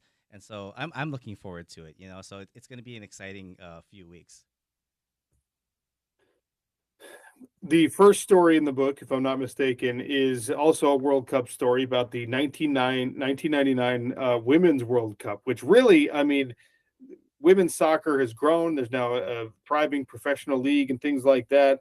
And you go back to the iconic win and the celebration, the Brandy Chastain and Mia Hamm. These are the icons of women's soccer in the United States. And telling that story must have been a fun little trip down memory lane. Oh yeah, absolutely.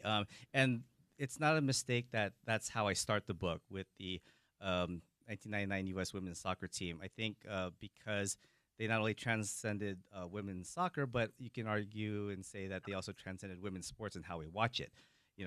Back then, we weren't watching women's sports the way we are now. And I go into the book saying how they basically had to market themselves without help from U.S. soccer. And so they put in their own funding for travel and marketing and appearances. And then I think to their credit, they helped raise that awareness. And then all of a sudden, they're asking for these matches to be played in bigger stadiums. So Giant Stadium, Pasadena. And sure enough, everybody came out and saw what they did.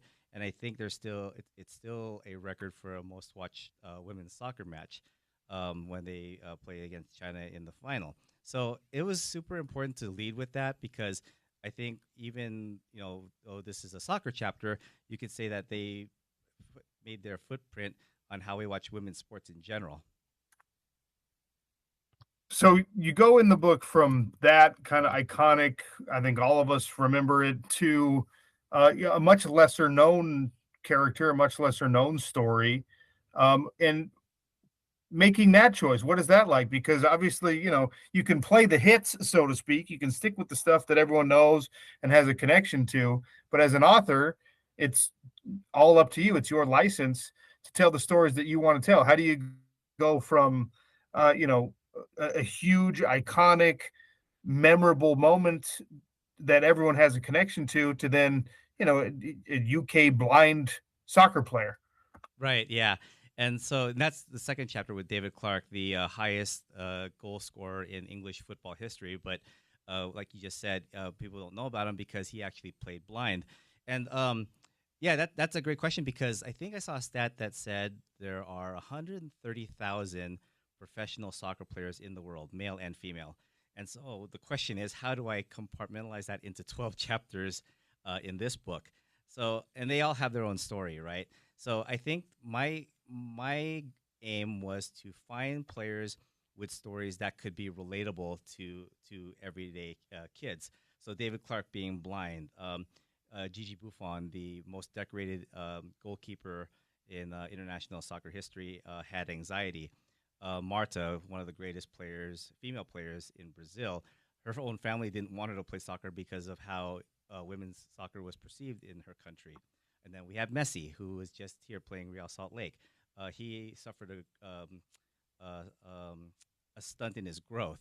And so I think that when kids pick up this book, I think they may find a story that they can actually relate to, whether it is inequality or social injustice or a physical or mental challenge. So that was my aim, was that finding stories that were relatable.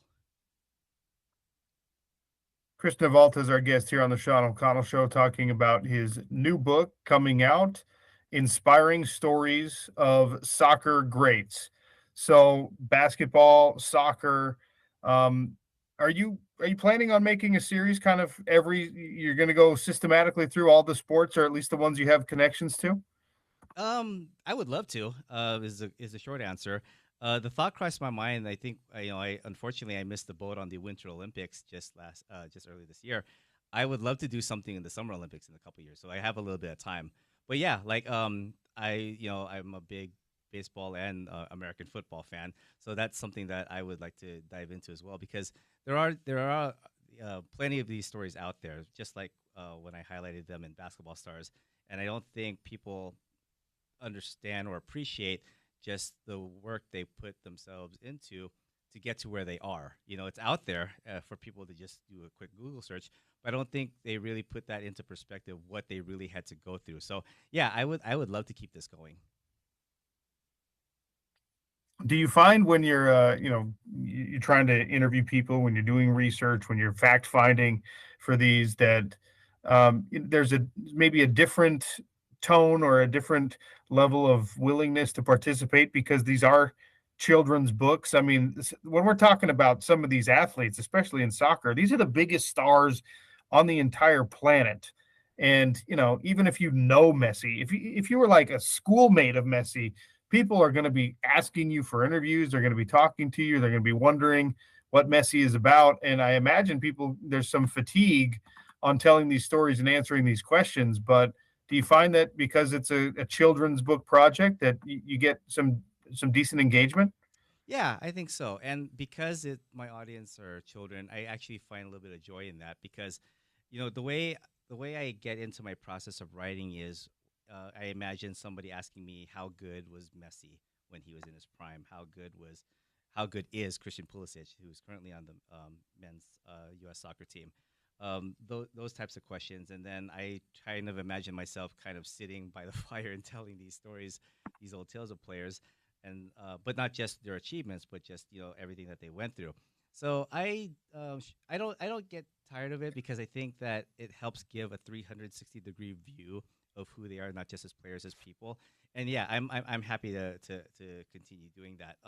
In terms of like talking to the athletes, yeah, sometimes there was a player, I'll keep him nameless, where I wanted to interview him for the Basketball Stars book, and he politely declined because I think I just gave him an idea for him to write his own children's book. So Oh that's no. yeah. So that's the kind of feedback I've been getting, and much respect because it's their story, right? And if they want to do that, I have no problem with that. Well, I kind of have a problem with that. That's not cool. Just like don't steal somebody else's idea. Did you with these stories that you put in this most recent book, were these all stories that you knew offhand, or did you learn about a lot of this like on the way? Yeah, no, I learned a lot of this along the way. One example is I have a chapter about the 2015-16 Leicester City Football Club who overcame insurmountable odds to win the Premier League. Like, um, you know, they were on the verge of being relegated to the lower tier league just a season prior, and then they go into the following year at 5,000 to one odds to win the whole thing.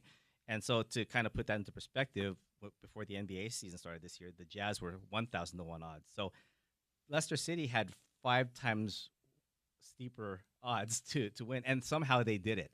And so that was actually one of my more favorite projects to research because they were literally a team. Like Jamie Vardy was the leading scorer, but there were really no real superstars on that team, and they just all came together. And then before you knew it, and when it was too late, like they'd already won the whole thing. So yeah, that was an example. But there were a lot of things I found out about these players during this research that helped me grow a much bigger appreciation for them. Chris Navalta for another couple of minutes here on the Sean O'Connell Show, talking about his new book, Inspiring Stories of Soccer Greats. Where can people find it? Where's this thing going to be available? Yeah, they can easily find it on Amazon. It debuted at #2 among the new releases back in April, but it's also available at local bookstores. So that's always something that I want to preach is like support your local bookstores and find a copy there. But yeah, it's also available on Amazon. Chris, I love that you've collected these stories. I like the format you put this thing in. I like the way that you kind of you give us you play the hits, but then you give us something that maybe we didn't know much about. Um, Give me an anecdote, if you don't mind, without spoiling too much in the book, that was maybe the most rewarding part of the process of writing this book. Yeah, I think that like each chapter has a fun fact, and sometimes it's not even soccer related. Um, without being too descriptive, like sometimes in his early days, Messi's pregame meal was not necessarily the healthiest of foods. So this is another example of me highlighting things that kids may be able to relate to. That doesn't necessarily mean you can continue gorging on pizza, hot dogs, burgers for the rest of your athletic career. But it does show that these players are human too. So that's just one example, and then there are other fun factoids of each of these players too in each chapter. Well, I look forward to figuring out what the next project is going to be. And obviously, if you're listening right now and you're looking for a great children's book, Inspiring Stories of Soccer Greats from Chris Navalta, you can find it at your local bookstore. You can find it at your big box bookstore. You can find it online. Inspiring Stories of Soccer Greats is the name of the project. Chris, thanks so much for hopping on again today. Yeah, thanks for having me on again, Sean. A lot of fun. We got a PGA Tour leaderboard update coming. We've got topical trivia, a free round of golf to give away to Mountaindale, all before the show is done today. Stick with us on Utah's #1 sports talk, ESPN 700 and 92.1 FM.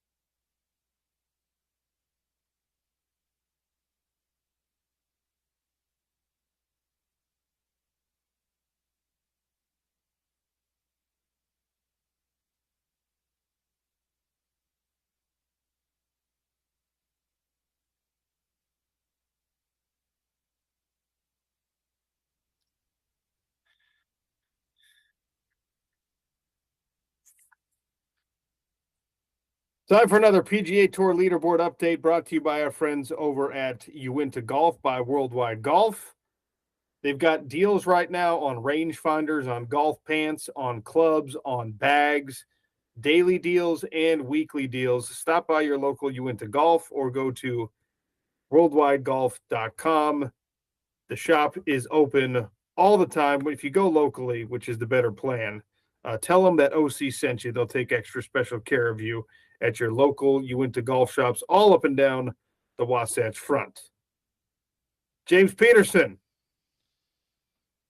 who's leading right now at the PGA Championship? Aldrich Potgieter is tied for the lead with Steven Yeager, Minwoo Lee. Let's see, Ryo Hisatsune. They're all at the top of the leaderboard. They finished their days as well at 3 under. Daniel Brown and Xander Schauffele, Max Gracerman, Sahith Theegala are in a group.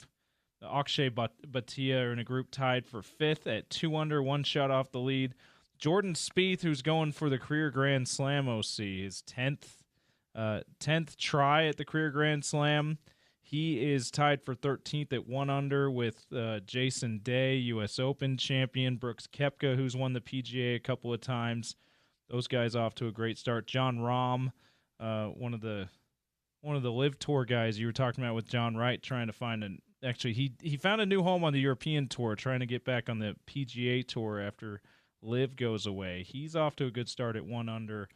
He's finished with his day as well.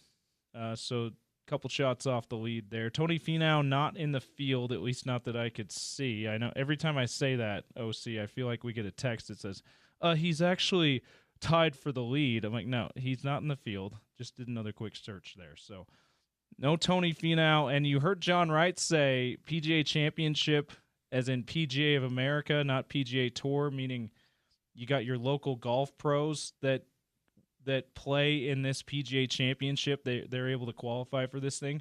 Unfortunately, no Utahns in the field from that perspective, as in like the Bonneville Pro or the Davis Park Pro. No one like that in the field this year, although we've had plenty of them through the years. So that's your PGA Tour leaderboard update from the PGA Championship, brought to you by Uinta Golf.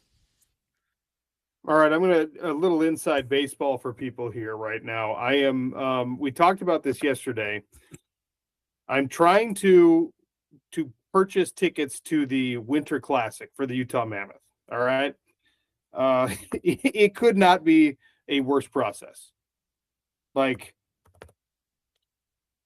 good on the Smith Entertainment Group for making sure that SeatGeek was the ticket market partner for the actual games that you've got right now, because this is a Ticketmaster thing, and you had to get in the queue at the exact right time. You had to then pull up the map, which is the most inefficient and most ridiculous way to have to do this. And unfortunately, the ticket prices are exorbitant and ridiculous. So you're also in a race with all the other thousands of people in the queue that are looking at the map at the exact same time. You're trying to get the best tickets available. You're trying to maximize your view, your angle. There is no link that you can click to say, hey, this is the view from my seat. And, you want to be on the east side of the stadium. You want to be on the west side of the stadium. When's this going to be played? Is this going to be a daytime game or an evening game? I mean, it is bad, James. But I think we're good. I think we found enough tickets to accommodate the whole family. I'm going to throw up when I have to put in my credit card information because, like I said, the prices are outrageous.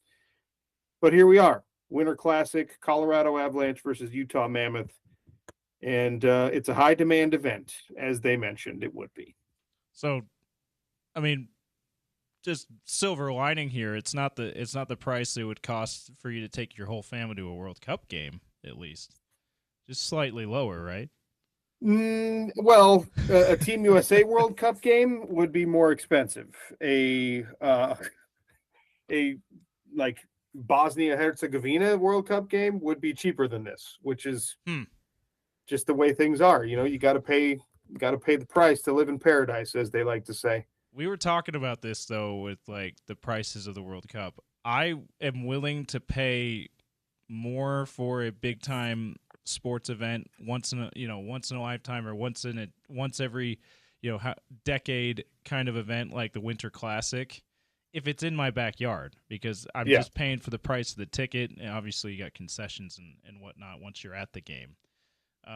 So yeah, that I would pay the prices for Winter Classic if that was the price to go to that kind of World Cup game that's obviously not in the market. I'd think about it a lot longer. Crazy, but yeah, this is what happens when you make promises to your nephews. All right, this is how it goes. Yeah, we're going. Oh crap! Now that's how much it costs. Man. Also, no, I don't want ticket insurance. Okay. Oh my gosh. I'm not falling for that. $60 per ticket on ticket insurance. Get out of here, Ticketmaster. Just to get your money back. You have to pay to get your money back. Okay, great. You can pay to get your money back. Covered illness or injury if you're required to work and you can't get out of it. If you're involved in a traffic accident, if your tickets are stolen, or if you have a mechanical breakdown or a weather emergency. Knock it off. Okay. So would the extreme fog hypothetical we threw out on yesterday's show, would that qualify as a weather emergency? Probably not. That probably doesn't count, but who knows? Excuse me, Ticketmaster. There's a thick layer of fog here. I got to the game okay. I just can't see anything. Does my insurance cover that? Also, how am I supposed to know which end zone is the attack and which end zone is? That's a good point. Come on, guys. Yeah, NHL really needs to. I thought all the sports leagues and most of the concerts, most of the big concert venues, I thought they all changed to SeatGeek. I was surprised to hear you and others that have had a chance to get in the queue here earlier say that it's a Ticketmaster thing. That's SeatGeek seems to be the much better platform right now. Well, if you hear me gagging and throwing up, it's because I'm about to push the place order button, and that's an expensive date, ladies and gentlemen. Oh, mama! So you got your sister and her kids coming to town. Well, or is it just the one? Sister, brother-in-law, 2 boys. Okay. Okay, so that and then you taking your wife to the game too. I might be off the hook because I don't know that my wife's going to want to sit outside on New Year's Eve. Okay, you know what I mean. Going to be cold. But my brother is going to want to go. My dad, if his grandkids are going to be there, is going to want to go. Yeah. I think my oldest daughter will want to go, and at this ticket price, she's the only one who I would give that option because she'll actually remember it. So you just pay right now. Did you pay for all that, or is it just your sister and her family? No, I just purchased 8 tickets to the Winter Classic, ladies and gentlemen. That's right. You said 8's the highest you can do. 8's the maximum. And my intention, by the way, is not to resell these things. It's to go. Go. Woo, that's a heavy lift. The Mammoth better win. Let's just say that, okay? We don't. The Avs, who are probably going to win the Stanley Cup, you can't come here and win the Winter Classic. Not on our turf. All right. Well, there we go. Order number 32-something. Have a day, everyone. Lots left to get to on the Sean O'Connell Show. We are going to give away a round to Mountain Dell. We've got Crosstalk coming still. Man. ESPN 700, 92.1 FM.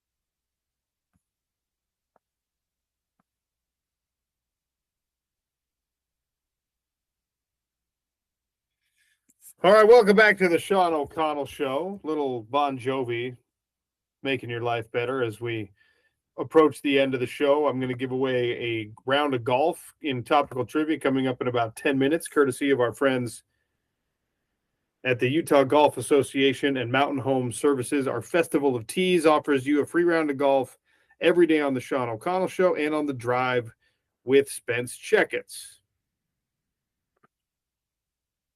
If you're looking for a place to watch the playoff games in the NHL or in the NBA, Big Willie's, presenting sponsor of the show, 1717 South Main. You cannot go wrong. Last night, you saw the Colorado Avalanche close out the Minnesota Wild, and the forward leap that you expect from teams as they climb the ladder in professional sports, the way that we've seen the Utah Mammoth do in their first two seasons. Obviously, first is the Utah Hockey Club, second season making into the actual playoff.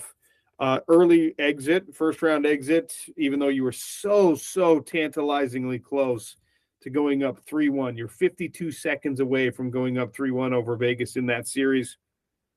And it just didn't play out that way, unfortunately. And then you've got a really good series happening right now in the second round as Mitch Marner's on his revenge tour with the Las Vegas Knights. And the Colorado Avalanche have been, in the West especially, but in the entire league, they've been the best team this year. They advanced last night, closing out the Minnesota Wild. You've got guys on that on that Colorado Avalanche team that have been chasing this opportunity, this moment for their entire career. And even as I spent the last segment talking about hockey tickets and the painful process of buying Winter Classic tickets, man, there's a certain amount of hope, excitement, anticipation, but also like sober realization that for a team like the Minnesota Wild, a team like the Vegas Knights, who've been at that, they've hoisted a cup in the past, but a different group and guys with big time playoff experience in the past, like the Colorado Avalanche, that are looking at this and saying, this is our best opportunity potentially to win a cup. Certain guys on that roster, this could be their only opportunity, only realistic opportunity to win a Stanley Cup. And you have to make it work. You have to push forward when you've got the pieces in place. And if you don't, the window snaps shut on you. Well, for the Minnesota Wild, I think, you're going to get your comparisons in other teams in your division and in the West pretty frequently for this Utah Mammoth squad. You're not going to get a lot of comparisons to the Edmonton Oilers, who just fired their coach for obvious reasons, because that's a team that is almost solely driven by star level, like superstar level talent, best player in the league talent, right? This is going to be, for the Utah Mammoth, a little bit more of a collaborative effort. I see some similarities with their roster as they build guys like Cooley, Gunther, Keller, Schmaltz, whatever. I see some similarities to the Minnesota Wild roster. And the Minnesota Wild were playing some really, really good hockey. And what did they run up against? They ran up against the best team in the Stanley Cup playoffs. And almost by no fault of their own, they're gone. They're going home. They're sitting down. They're done. They didn't have the size. They didn't have the physicality. Does this sound familiar to you? The Minnesota Wild, despite monstrous, huge years from a couple of their most important players, Matt Boldy, gold medalist, right? Kaprizov, Hughes, who they made a big commitment on to obtain. Still not quite enough. That's the sober realization I'm talking about. Like it all has to come together. You have to get a little bit lucky. And I think that as the bumps and bruises pile up for the Colorado Avalanche, it's lucky, but it's fortuitous for them. It's really good timing for them that now they get a couple time and Vegas tries to figure some things out and see who advances there. Colorado, you got guys skating to the dressing room in the middle of Stanley Cup playoff time. Something serious. Your best players are taking pucks off the face. The bumps and bruises are the Colorado Avalanche. And I think, honestly, that's the only thing that can keep them away from hoisting the cup this year. But that's just my inexpert opinion. Let's take one last break.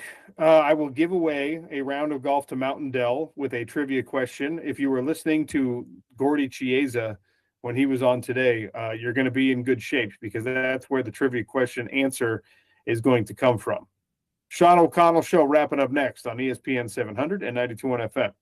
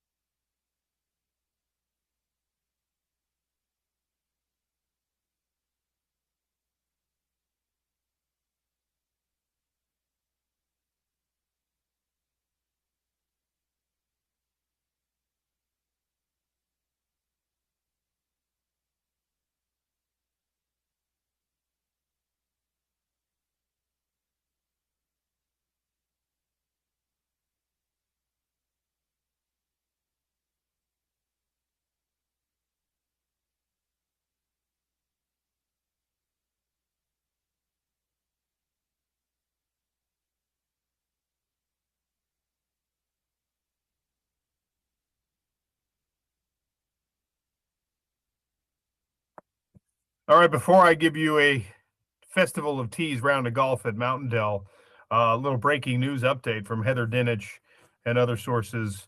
The University of Georgia with another speeding problem. They just got to transfer a safety named Jamarly Riddle from East Carolina. He played 2 seasons there. He's been arrested for possession or suspicion of possession and for uh, for going 100 miles an hour.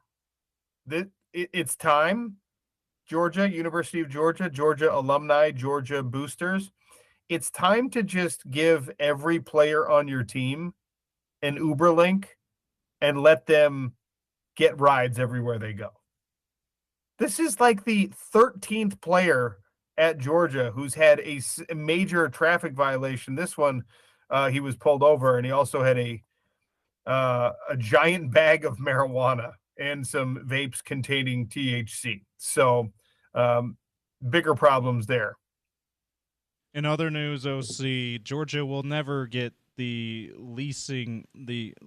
free leased car that NIL deal that Utah got a couple years ago. That will never happen. Yes. Which, by the way, all schools that have done those things for the entire roster have discontinued them at this point because of the insurance policy problems that come with it.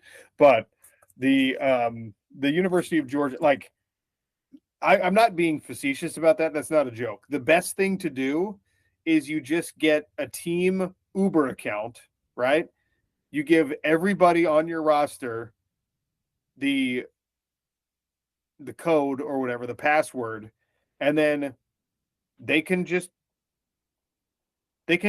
charge the Uber ride to the team account. It's the right thing to do. Yes, it'll cost probably $50,000 a year. For Georgia's football budget, that's nothing. And you won't have any of these stories anymore. Stop it, you psychos. 100 miles an hour while you've got a big old bag of weed in your car. It's just not smart, Mr. Riddle. Anyway, all of T's, Mountain Dell, 877-353-0700, courtesy of the Utah Golf Association and Mountain Home Services.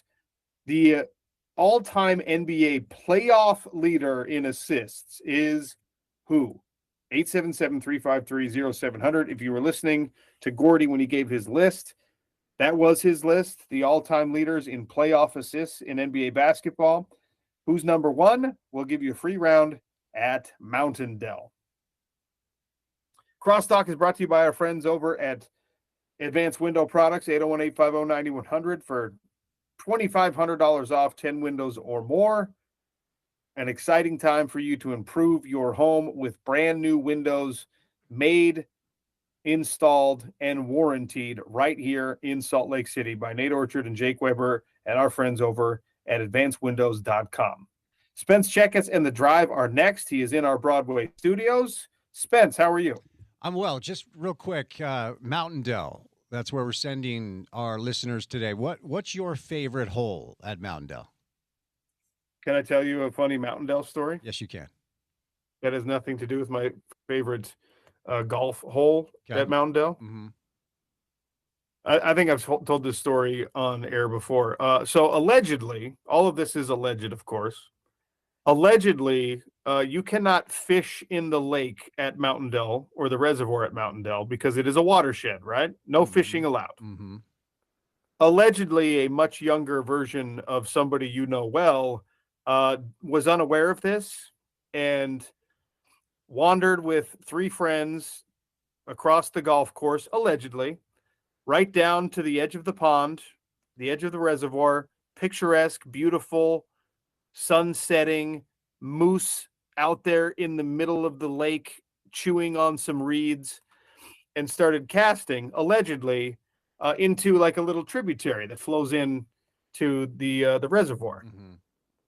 And every single cast came back with just ravenous cutthroat trout. Huge, the best fish you could ever find. Now, this person allegedly knew that Eastdale Reservoir, which is what they were looking for, was catch and release anyway. So the plan was always to catch and release, and this person continued to catch and release for like an hour, every single cast, catching something awesome. And the three people who allegedly accompanied this individual also were catching fish on nearly every cast. It was the greatest fishing that ever happened, Spence Checketts. And then, sorry, go ahead. And then a friendly golfer called down from above and said, "Hey, this is illegal. Can't fish here. It's like a $10,000 fine. This is a watershed. You kids got to get out of here." And allegedly, they hightailed it out of there. It sounds like it was worth it, quite frankly. Honestly, it was allegedly the greatest thing ever. So, pretty cool. And but I've never actually golfed Mountain Dell. And if you avoided the fine, I mean, all you walked away with allegedly is a lifetime of memories. And the friendships made along the way, allegedly. Yeah. There are very few experiences more enjoyable than like an epic fishing day where everything is going right. We went to Henry's Lake when I was, 13 or 14. It was just me and my dad, my uncle. And one day, for whatever reason, everything just hit perfectly. And it was the same thing. Like, you just throw the line in, you're going to catch something. That's a choice experience in life if you've never had that before. It's pretty cool. But you've never golfed Mountain Dell? Never golfed Mountain Dell, sorry. Okay. Well, so you don't have a favorite hole? I don't. Do you have a hole? Oh, yeah. I have a favorite fishing hole. I have a favorite fishing hole at Mountain Dell. Well, I have a favorite golf hole at Mountain as you know, there are two sides, okay? You've got canyon, and then you've got lakeside. So there's a healthy debate. And again, I'm not telling you anything you don't know. There's a healthy debate about which side you'd rather play. I'm kind of a canyon guy. I like the first hole on canyon. Give me hole 4 on the lakeside because you have to drive it over this ravine. Sorry, give you what? What was that? Hole 4 on lakeside because you have to drive it over this ravine. So it's a little challenging. I think overall, I do prefer the canyon side, though. But again, I'm not telling you anything you don't know. Well, of course. Obviously. Mm-hmm. How was the show? It was fine. I started the show today gushing about, the announcement that we got.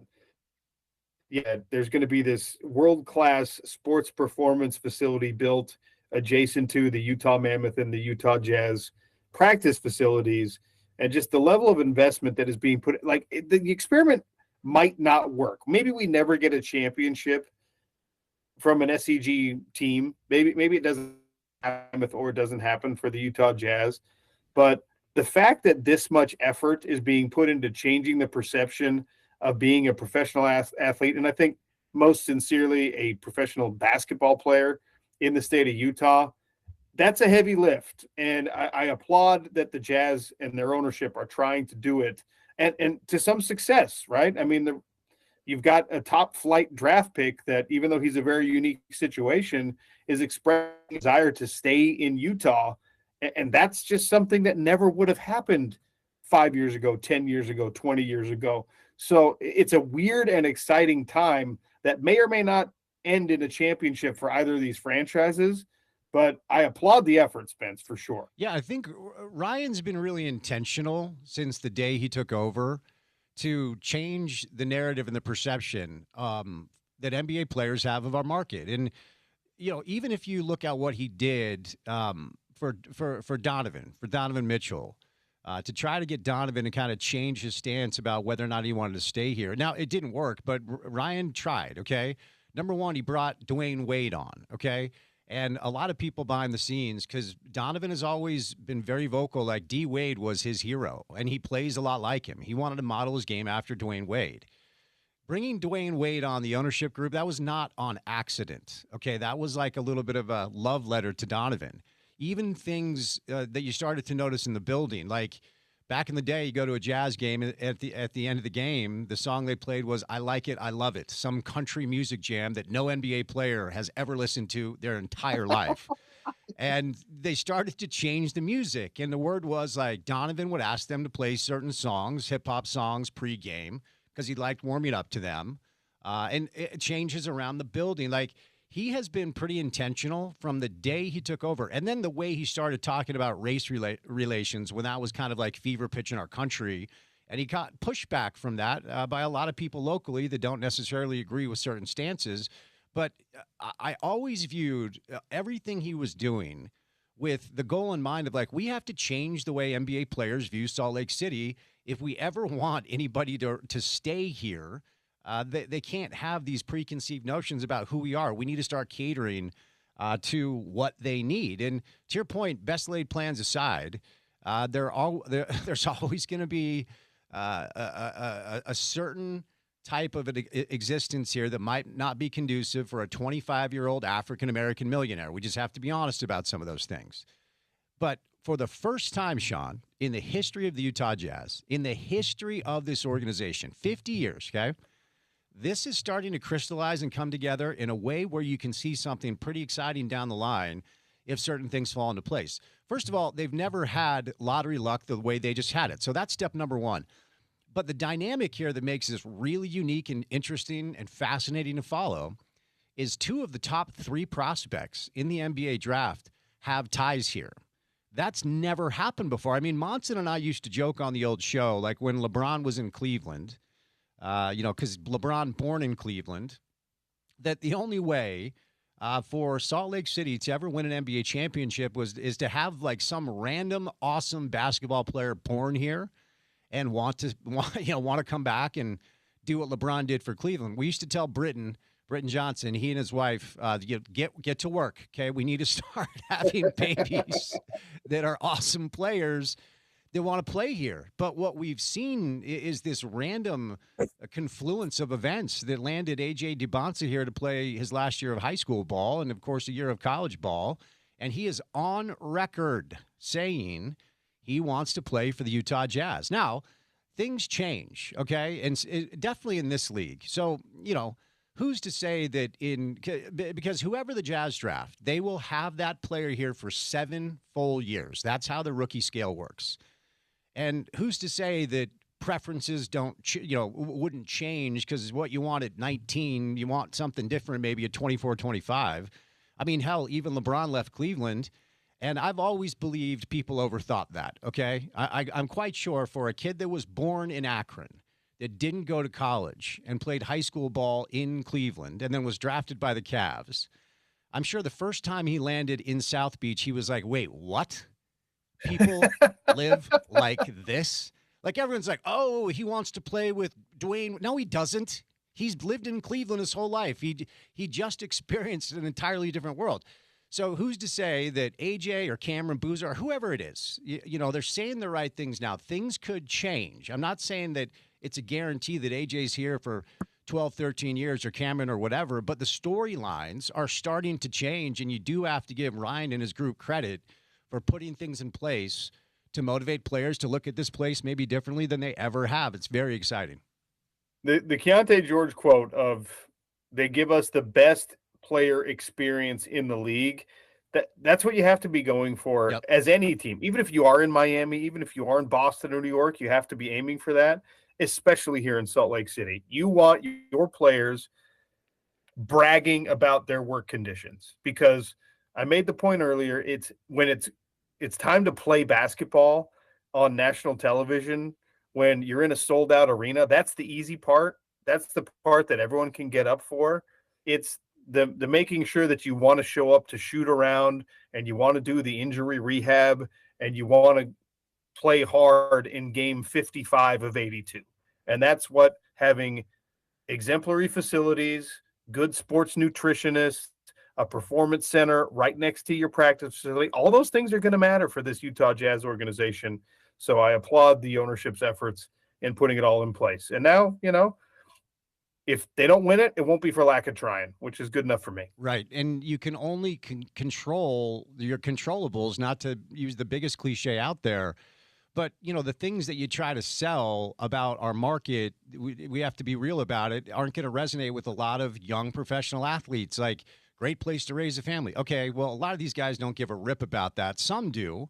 But look, we couldn't even keep the white guy that had kids and wanted to play video games after he got home from games. Hayward left, so you have to, it's not like only the missionary haircut. Right. It's not like only a certain type of folk are taken off. Okay. So yeah, you're not going to be able to sell a thriving underground hip hop scene in Salt Lake. Okay. You're not going to be able to sell thriving nightlife like they have in other cities. That will never be our deal. And anyone who says like, well, have you been to Gracie's? I'm like, dude, shut up. Okay. Like it doesn't compare to New York, Miami, Chicago, LA, nightlife. It just never will. So if you're Ryan, what can I control? We're going to give these guys the best experience possible. I'm going to go out and find the best trainers, the best nutritionists. They all have chefs. They can show up and eat really good food and be taken care of.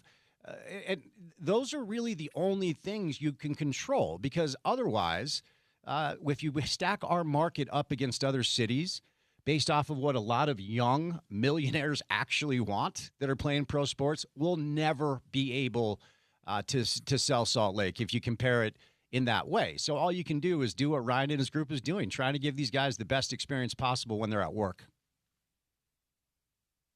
I also was thanking Ryan Smith a while back for bringing the Winter Classic here, and my stance changed on that now that I had to buy the Winter Classic tickets so I could take my nephew. Yikes. Oof. That was brutal. Well, do you care? Sticker shock. Do you care sharing?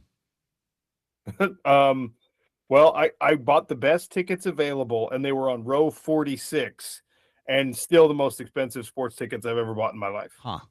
Well, and the secondary market's not going to help. It is. I've only been to one. It was in Boston. It's quite an experience. But yeah, the other thing that's starting to happen in our market, and it's just inevitable, and I'm going to talk a little bit about this today based off a piece in The Athletic.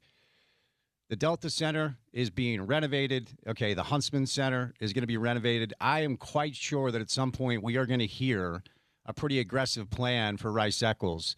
I don't know what it looks like because the land around Rice-Eccles is basically the campus. There's just not a ton. I mean, if you get creative to knock some things down or whatever.